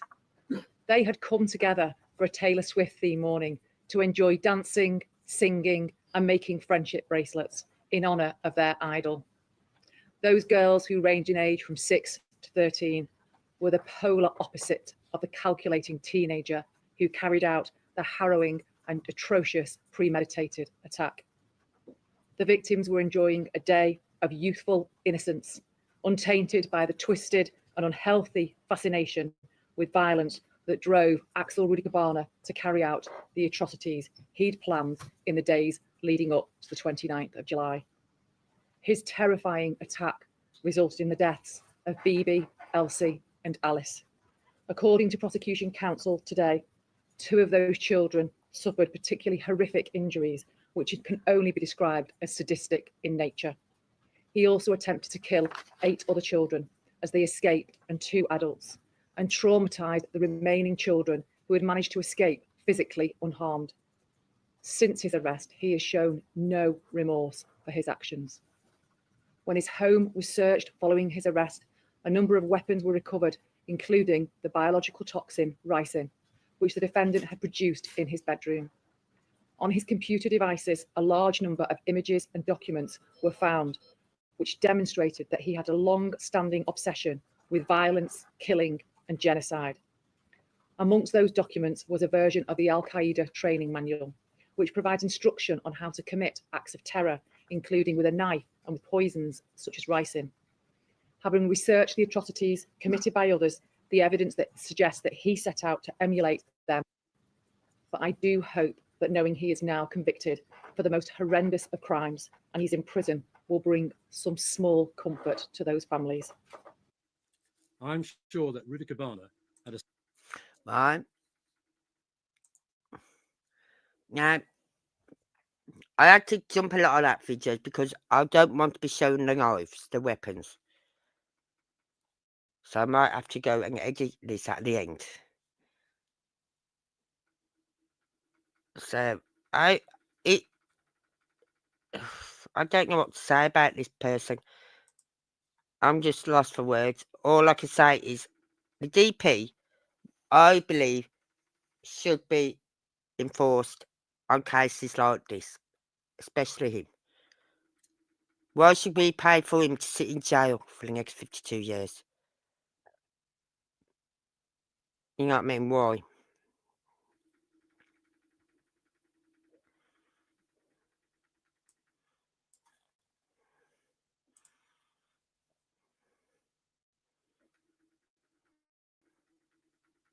This is Axel Rudy Cabana on July the 29th on his way to carry out a knife attack on a class full of young girls.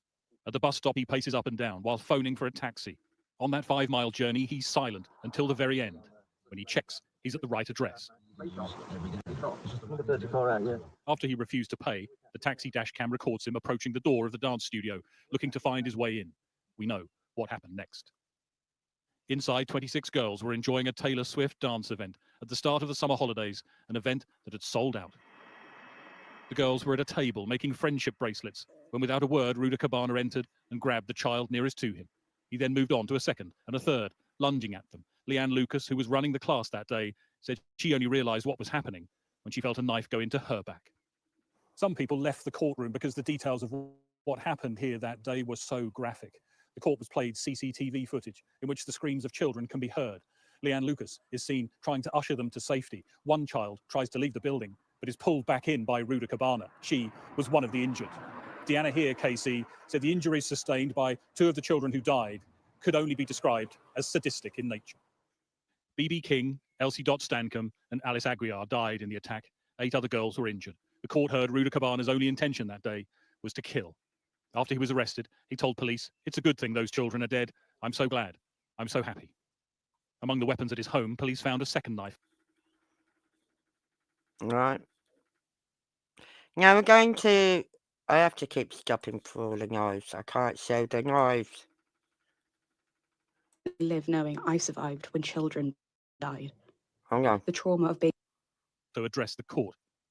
I cannot give myself compassion or accept praise, as how can I live knowing I survived when children died? The trauma of being both a victim and a witness has been horrendous. The impact this has had on me can be summed up by one word: trauma. He targeted us because we were women and girls, vulnerable and easy prey. There was a statement from the parents of Alice. Alice was always a very kind girl who valued equality and fairness at the core. A world of possibilities awaited her, a best friend anyone could ask for. We were so lucky and privileged to have her. Every day felt like a gift. In a matter of minutes, our worlds were shattered and turned upside down by the devastating attack on our Alice, a pin drop that changed our lives forever. We kept our hopes up every second during Alice's 14-hour fight, but once she had lost her fight, we lost our lives. And from Elsie's mum. You deliberately chose that place, fully aware that there would be no parents present, fully aware that girls were vulnerable and unable to protect themselves. We were robbed of the opportunity to protect our girls. What you did was not only cruel and pure evil, it was the act of a coward. Ruda Cabana wasn't in court to hear any of that, or the judge sentence him.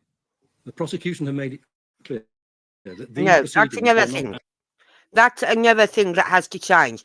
I would have had him put in a straight jacket with a gag over his mouth, handcuffed to that flipping chair, to listen to those witness statements, to listen to the judge give his sentence. They should not be allowed. I don't care if they're in pain. I'm in pain. I'm dying. Well, die then. But you've got to sit there and listen to what these people have to say. You know what I mean? I have got no compassion for that person. This is the guy who was in the building at the same time. At the end of the darkest week many in Southport have ever known. Tonight, we bring you 2 accounts from the tragedy, which demonstrate the best of the community. The stories of 2 men who did good in the face of unthinkable evil. One, a grandfather who sheltered terrified children in his home. The other, a man who put his own life on the line. And that's where we start tonight. John Hayes ran towards danger from a neighbouring office and came face to face with a knife attacker accused of murdering 3 little girls. He tried to stop him, but was himself stabbed in the leg. He's now recovering at home from where he agreed to speak to ITV News. John told us he's no hero, but just wishes he could have done more to help the young victims taken from their families. John Hayes was at work in his office on what was a regular Monday morning. I heard lots of children running out the buildings, screaming, shouting, and that itself isn't unusual because kids are very excitable normally when they come out of these classes. So that alone didn't surprise me or strike me as unusual. But that didn't then die down, which it normally does. And some of my colleagues got up to look out of the window. And it was only at that stage when one of them witnessed a young girl on the floor, I assume by the front door of the entrance to our building, and said words to the effect, "There's a girl outside bleeding out." And as soon as I heard that, I ran. I basically ran the full length of our office to go and find out, if I could help and what was happening to her. And I never got as far as her because she was outside. So still on the first floor, when I opened our office door, I was confronted by another girl on the floor who looked like she had multiple stab wounds and was heavily blood soaked. And this guy in front of me with a knife, who then came towards me, in a pretty menacing way. And I thought, he's going to kill me too if I'm not, I didn't rationalize or, you don't have time to do a risk assessment. I just put my arm up when this knife was coming towards me. And I didn't even realize I'd been stabbed initially until I looked down and saw blood coming out my leg. And I tried to kick him with my right leg. And then that's when I fell over. A colleague put a tourniquet on his leg shortly before the paramedics arrived. I didn't see anything of the the sort of horror show outside when I was carried out on a stretcher, because I'm horizontal and I had 3 guys on either side of me carrying me out the building. And they took me, strangely, I thought they'd be taking me into an ambulance, but they took me right down the car park, and it's about 100 meters, and put me in the road, which would become a makeshift holding area, because there was, it was a lovely sunny day. I'm lying on my back in the road on a stretcher, looking up at blue sky with sirens and flashing lights and people shouting, and it was surreal, what was unfolding. But I wasn't really taking much attention of what was going on around me and having a look who else was injured, as I was just in quite a lot of pain and wanted to get into that ambulance and away. But I was probably in the road for, I don't know, it felt like perhaps 20 minutes or more. It could have been longer, it could have been shorter. But I was kind of waiting my time to get in the ambulance. I'm glad I didn't, please, that personally, that I didn't have to witness all the anguish. Those parents arriving onto that scene, yeah, it must have been horrific for that, particularly the 3 parents that lost children. So, but others have had a lucky escape, including me. How do you feel when people say to you, you are a hero? I'm not going to sit here and tell you that I was brave about the whole thing and confronting a knife man. That's not the story at all. It's, and as I've said to everybody that's asked, I don't want this to be about me. I want this to be about the families of those 3 little girls. I'm really, really saddened to know what's happened, and it's going to take me a while to come to terms with that. It really is. How are you doing on that journey? Not great. I had last night a few flashbacks which weren't pleasant. I'm still in quite a lot of pain, but I can get around. I'm hobbling around, learning how to use crutches. Helen's been hugely supportive. It was really nice to see my guys from the office came around this morning. I wanted to see them and give them a hug. I also wanted to make sure that they were okay, to try and assess how they were dealing with it. And I think by and large, they're all coping. John was discharged from hospital yesterday, and he's relieved that others are recovering too. The parents of Leanne Lucas, I think her surname is, who was running the class, came to see me whilst I was in hospital. Obviously, I was concerned about her and they were concerned about me, but it was nice to meet and talk to them. We didn't really discuss what had happened, but they just wanted to come and say hello to me. It was nice to see them. Are you able to share with us how Leanne is doing? I believe she's going to be okay. And I suspect that what she was doing was shielding children. So if you want to talk about real heroes, then that's her, definitely. John's wife, Helen, told me off camera that a police officer said he undoubtedly saved someone's life. But he says the focus should be on the 3 little girls who couldn't be saved. Would you like to say anything to the parents of those children? Well, only that my thoughts are with them. I can't imagine what they're going through. There's nothing I can say that will lessen their grief, I'm sure. Only that I'm sorry I couldn't have done more to stop it. But and then we got this one. Hang on, this one. We were driving down Hart Street, and then all of a sudden he slammed on the middle of the road and said, "Have you seen that?" I said, "No." He reverses the van back, and then all I see from my side was literally half a head from a girl hanging from the side of a car.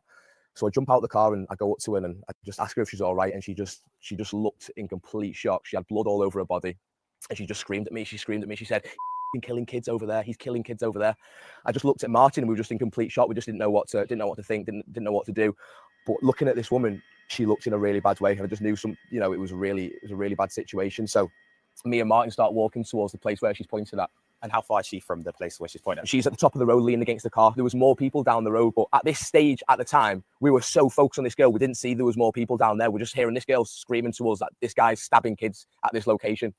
So we start walking down, we'll start running towards this place where she's pointed, and she gets up. It's like she used all of her energy to point to us where this was happening, and then she completely collapses onto the floor. In which case we go up to make sure she's all right. She was also on the phone to the police at the same time, which is when I've took the phone off her and I'm on the phone to the police. Martin's making sure she's all right. I start running towards this direction, which is obviously where this is happening, where these kids are in the dance studio. And I'm running, I get to the car park, and as I'm running towards the door, there's a car, which is a woman's in the car, and she's beeping her horn and she's screaming for me to come over. So I run straight over to the car. And it's just a middle-aged woman, and she's got, I presume, one of her child in the passenger seat, and then in the back there's like 4 or 5 more kids, all in the back, covered in blood.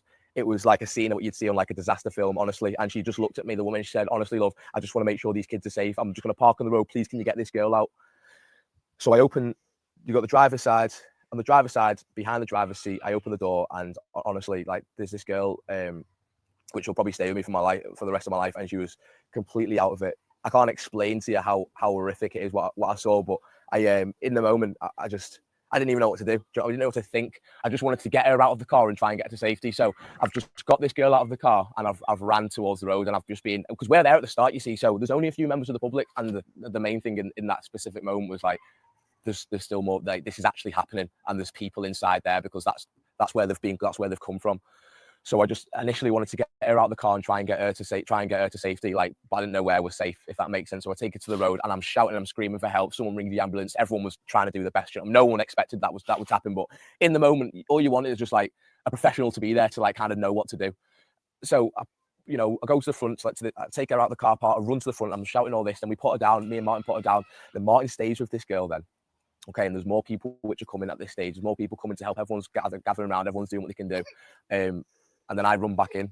I run back into the car park, and I basically run towards the door which is the entrance and the exit out to the dance studio.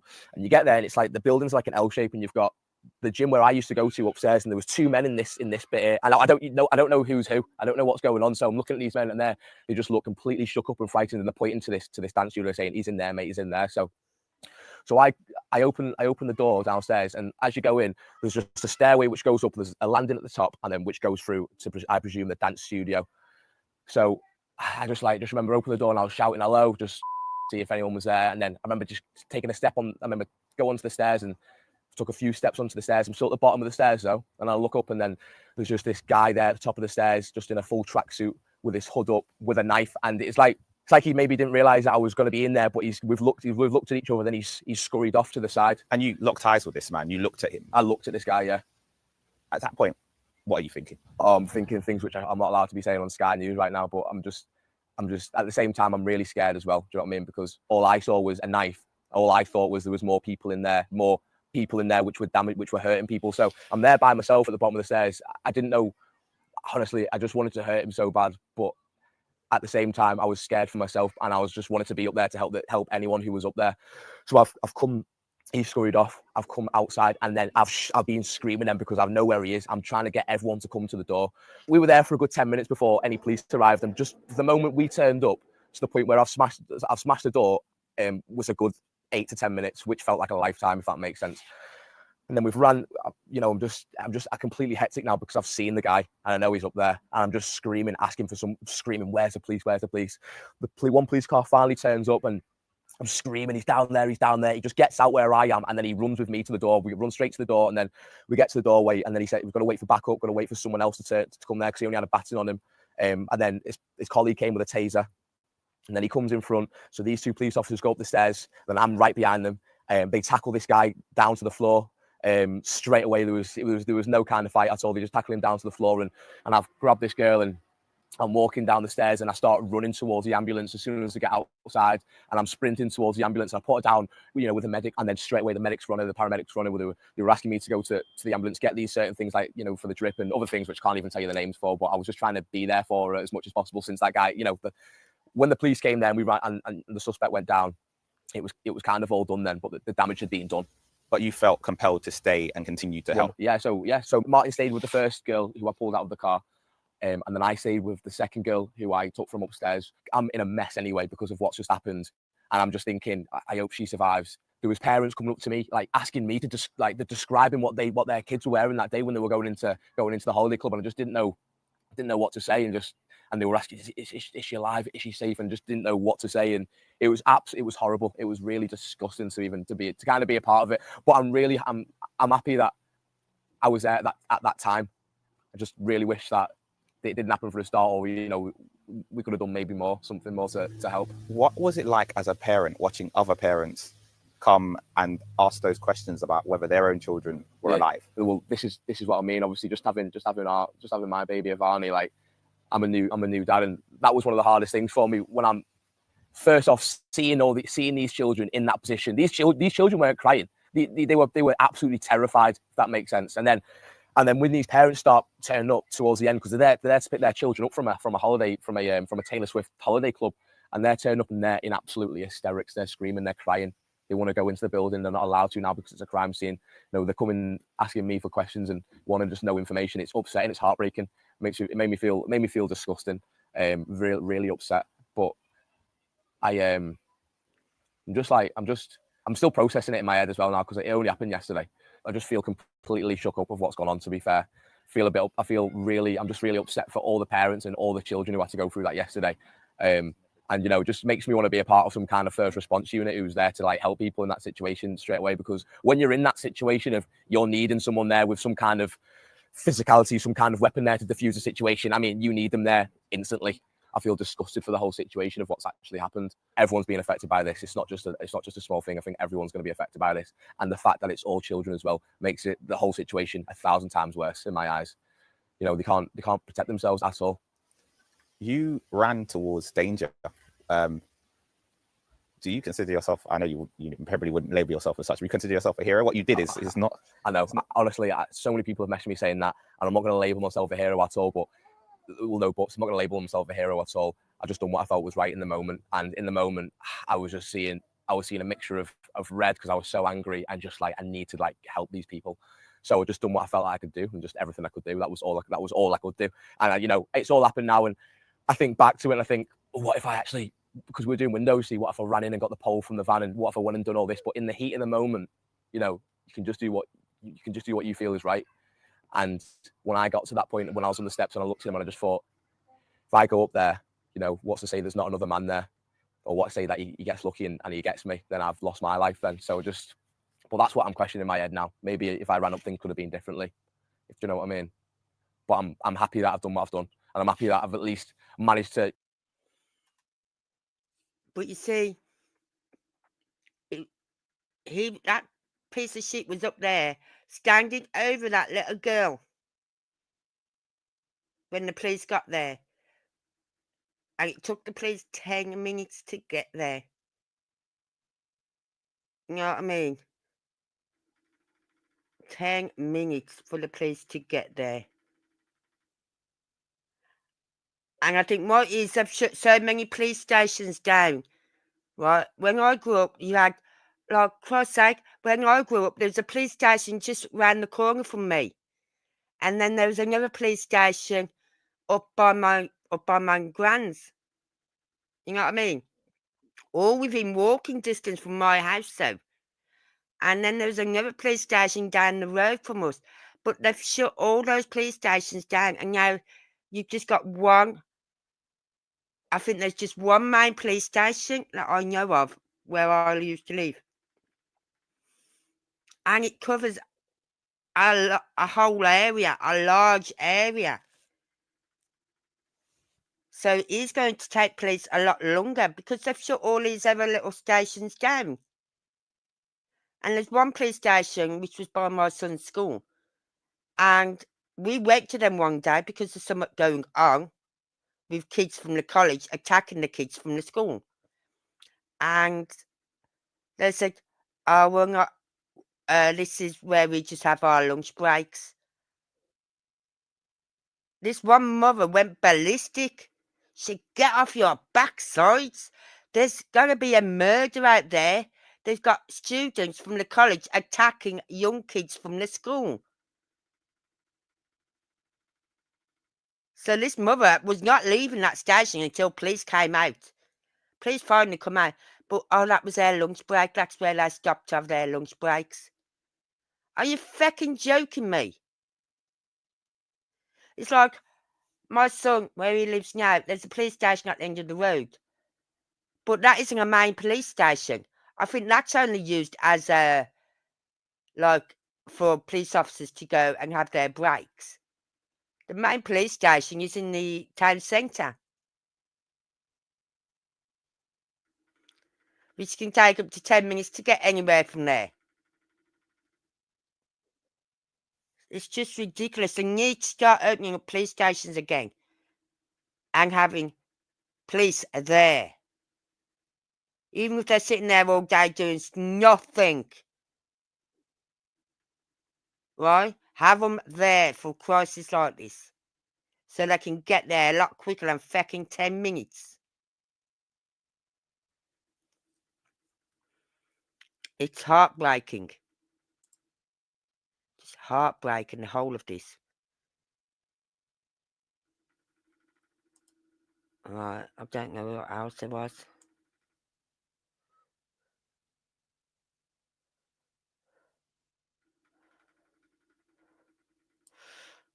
I think this may have been the one with the, because this is 21 minutes.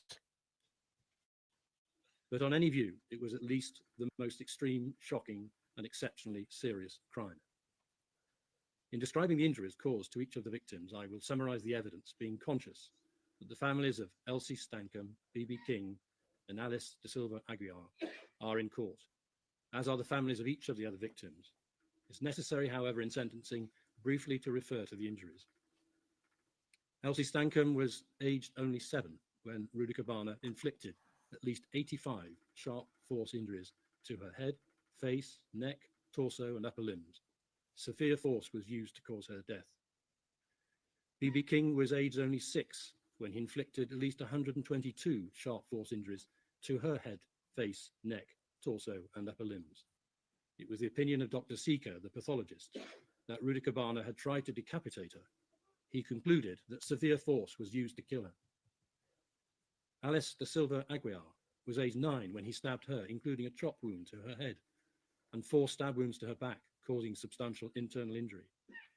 Although she managed to escape out of the building, she collapsed, and despite all medical help, she died in hospital at 1:20 in the morning the following day.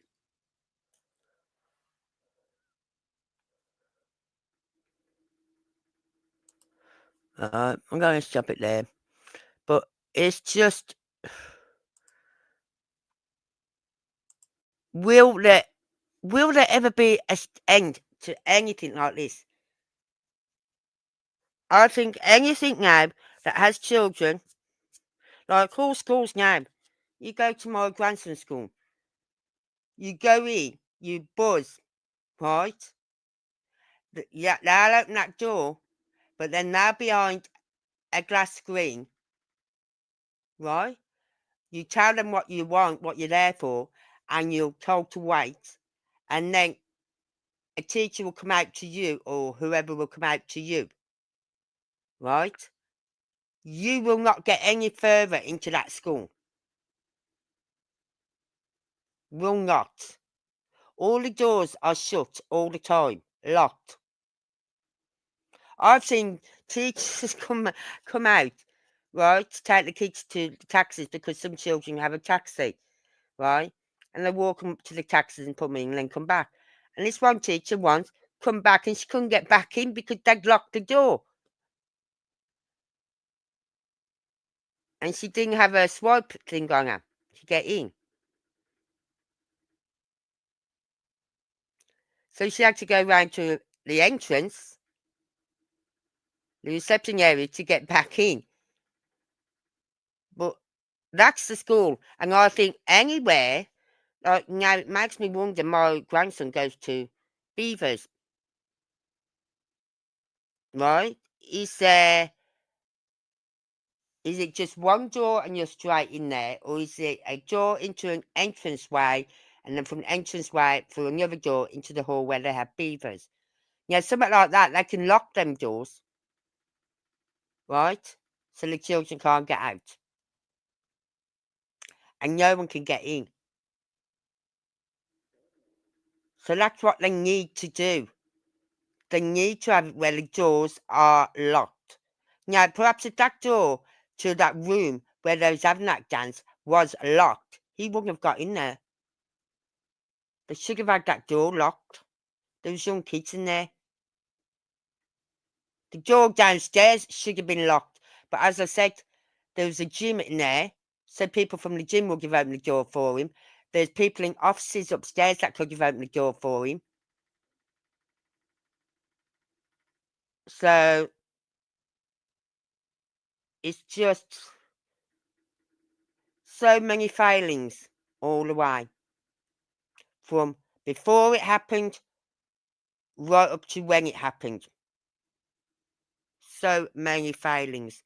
And the fact it took 10 minutes for the police to get there. And when the one officer got there, he didn't even have the right equipment to go in there. He had to wait for backup. All officers should be equipped with with the laser guns, whatever. Right? They should all have them. Why haven't all the officers got one? And you should never be on your own as an officer. There should always be two in a car. Wherever they go, you should always have two officers, two walking or two in a car. But they've made that many cuts to our police that they can't do that no more. They need to start investing in our police force and putting two drivers back in the cars and always have the right equipment on them to face whatever they have to face, not just a flipping truncheon.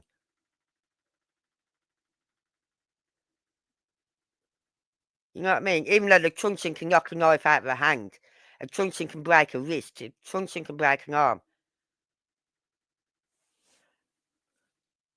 But to say that he hadn't got the equipment, he had to wait for backup. Come on. They should always have the right equipment on them. That is bad. The police didn't have the right equipment on him, so he had to wait for backup.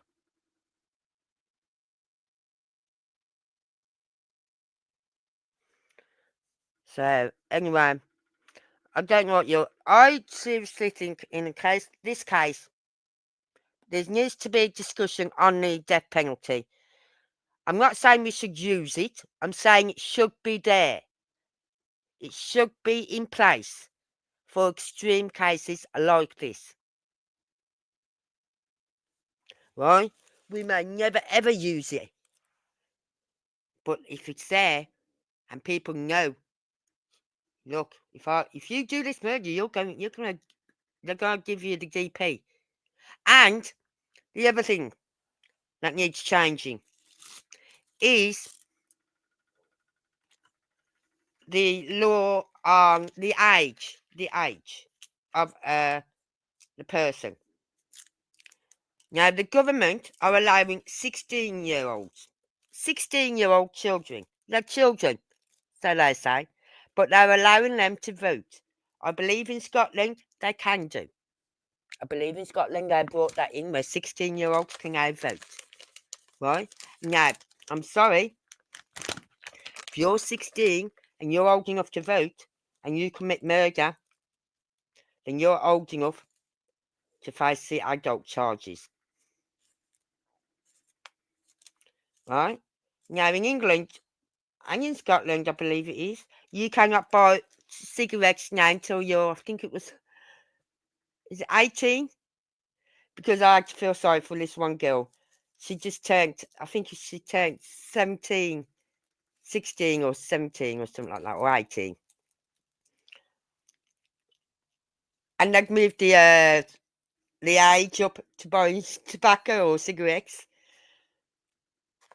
And I thought, oh, for fuck's sake. Right, but forget that. If they are going to bring the age to voting, now that's quite a responsible thing to do. You've got to know, you've got to make the right judgment. You got to look at all the parties. What one's offering the best? Which one do you believe? Because they're all the same. They're all full of BS. Right? Will this party do what they've said in the mandate? Will they stick to their mandate? So if they've been allowed to vote at 16, then I'm sorry, if you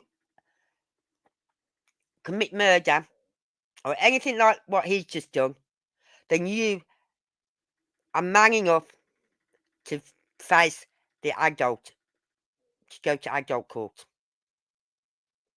They do it in the USA.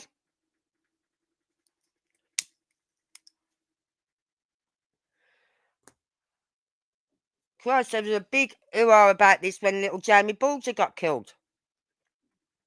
Nothing come of that. Lessons weren't learnt there. Lessons are never learnt in this country because they don't put anything into place to have people learn You know what I mean? Nothing is ever put into place. So if they, and I think not only that, it was 9 days away from being 18, 9 days, and that saved him from getting a whole life term. 9 days. Because even they do say you have to be 21 plus to get a whole life sentence, but in exceptional cases, it can be 18 to 20. You can get the whole life term in exceptional cases, and this was an exceptional case. So if he'd have been 18, he could have been given a whole life term.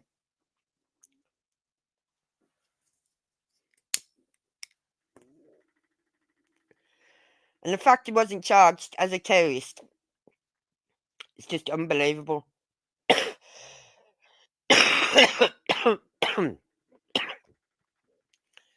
So, those are laws that need to change. Law where you can be charged for a whole life sentence need to be changed. I think it should be brought down to 16.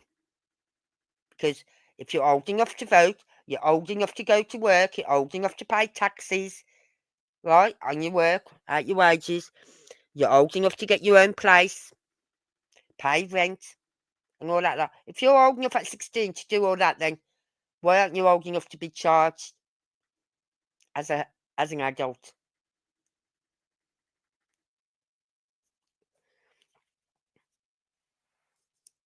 So we'll see what happens. Don't hold your breath, because I can't see anything happening within the next 5 years.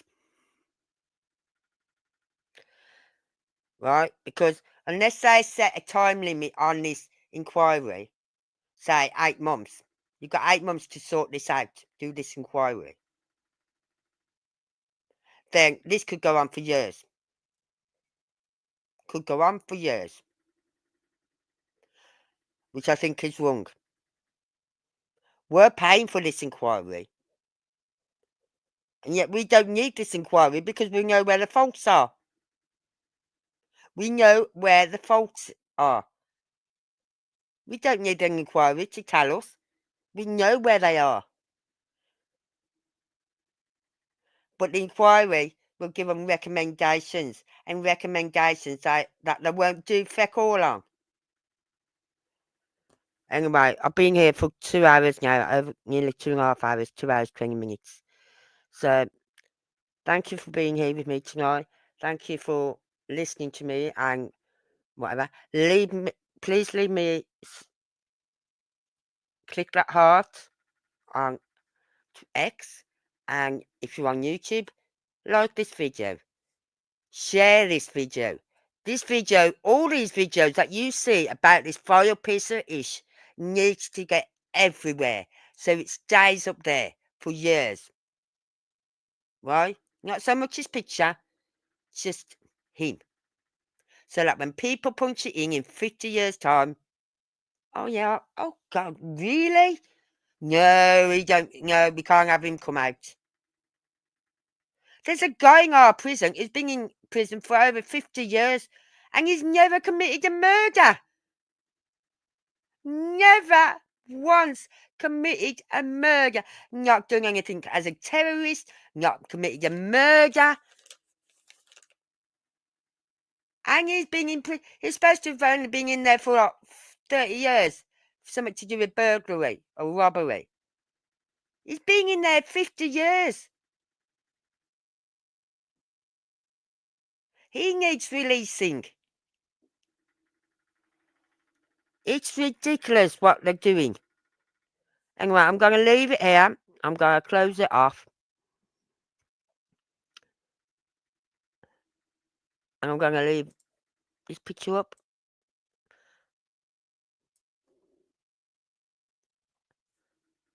And say good night. And thank you all for being here. Whatever your views are on this case, let me know. Leave me a comment. Be it good, be it bad. I don't care if you agree with the death penalty. Some people don't. Right? We're all entitled to our views, our opinions. Do you think he should have been charged as a terrorist? Would it have helped? Would the sentence have been higher? I don't think it would have been. But the fact he wasn't charged as a terrorist is wrong, even though he pleaded guilty to the terrorist charges.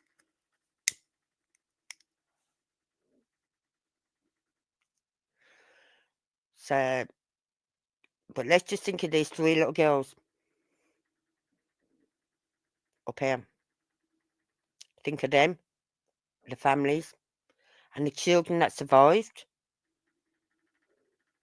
their injuries, and the children that survived without injuries, their ordeal, their torment, you know what I mean? All of those children was there that day. Remember them. Think about the teachers, the 2 men that went to help. The people outside who was helping, the first responders, what they saw when they arrived there. It must have been horrendous.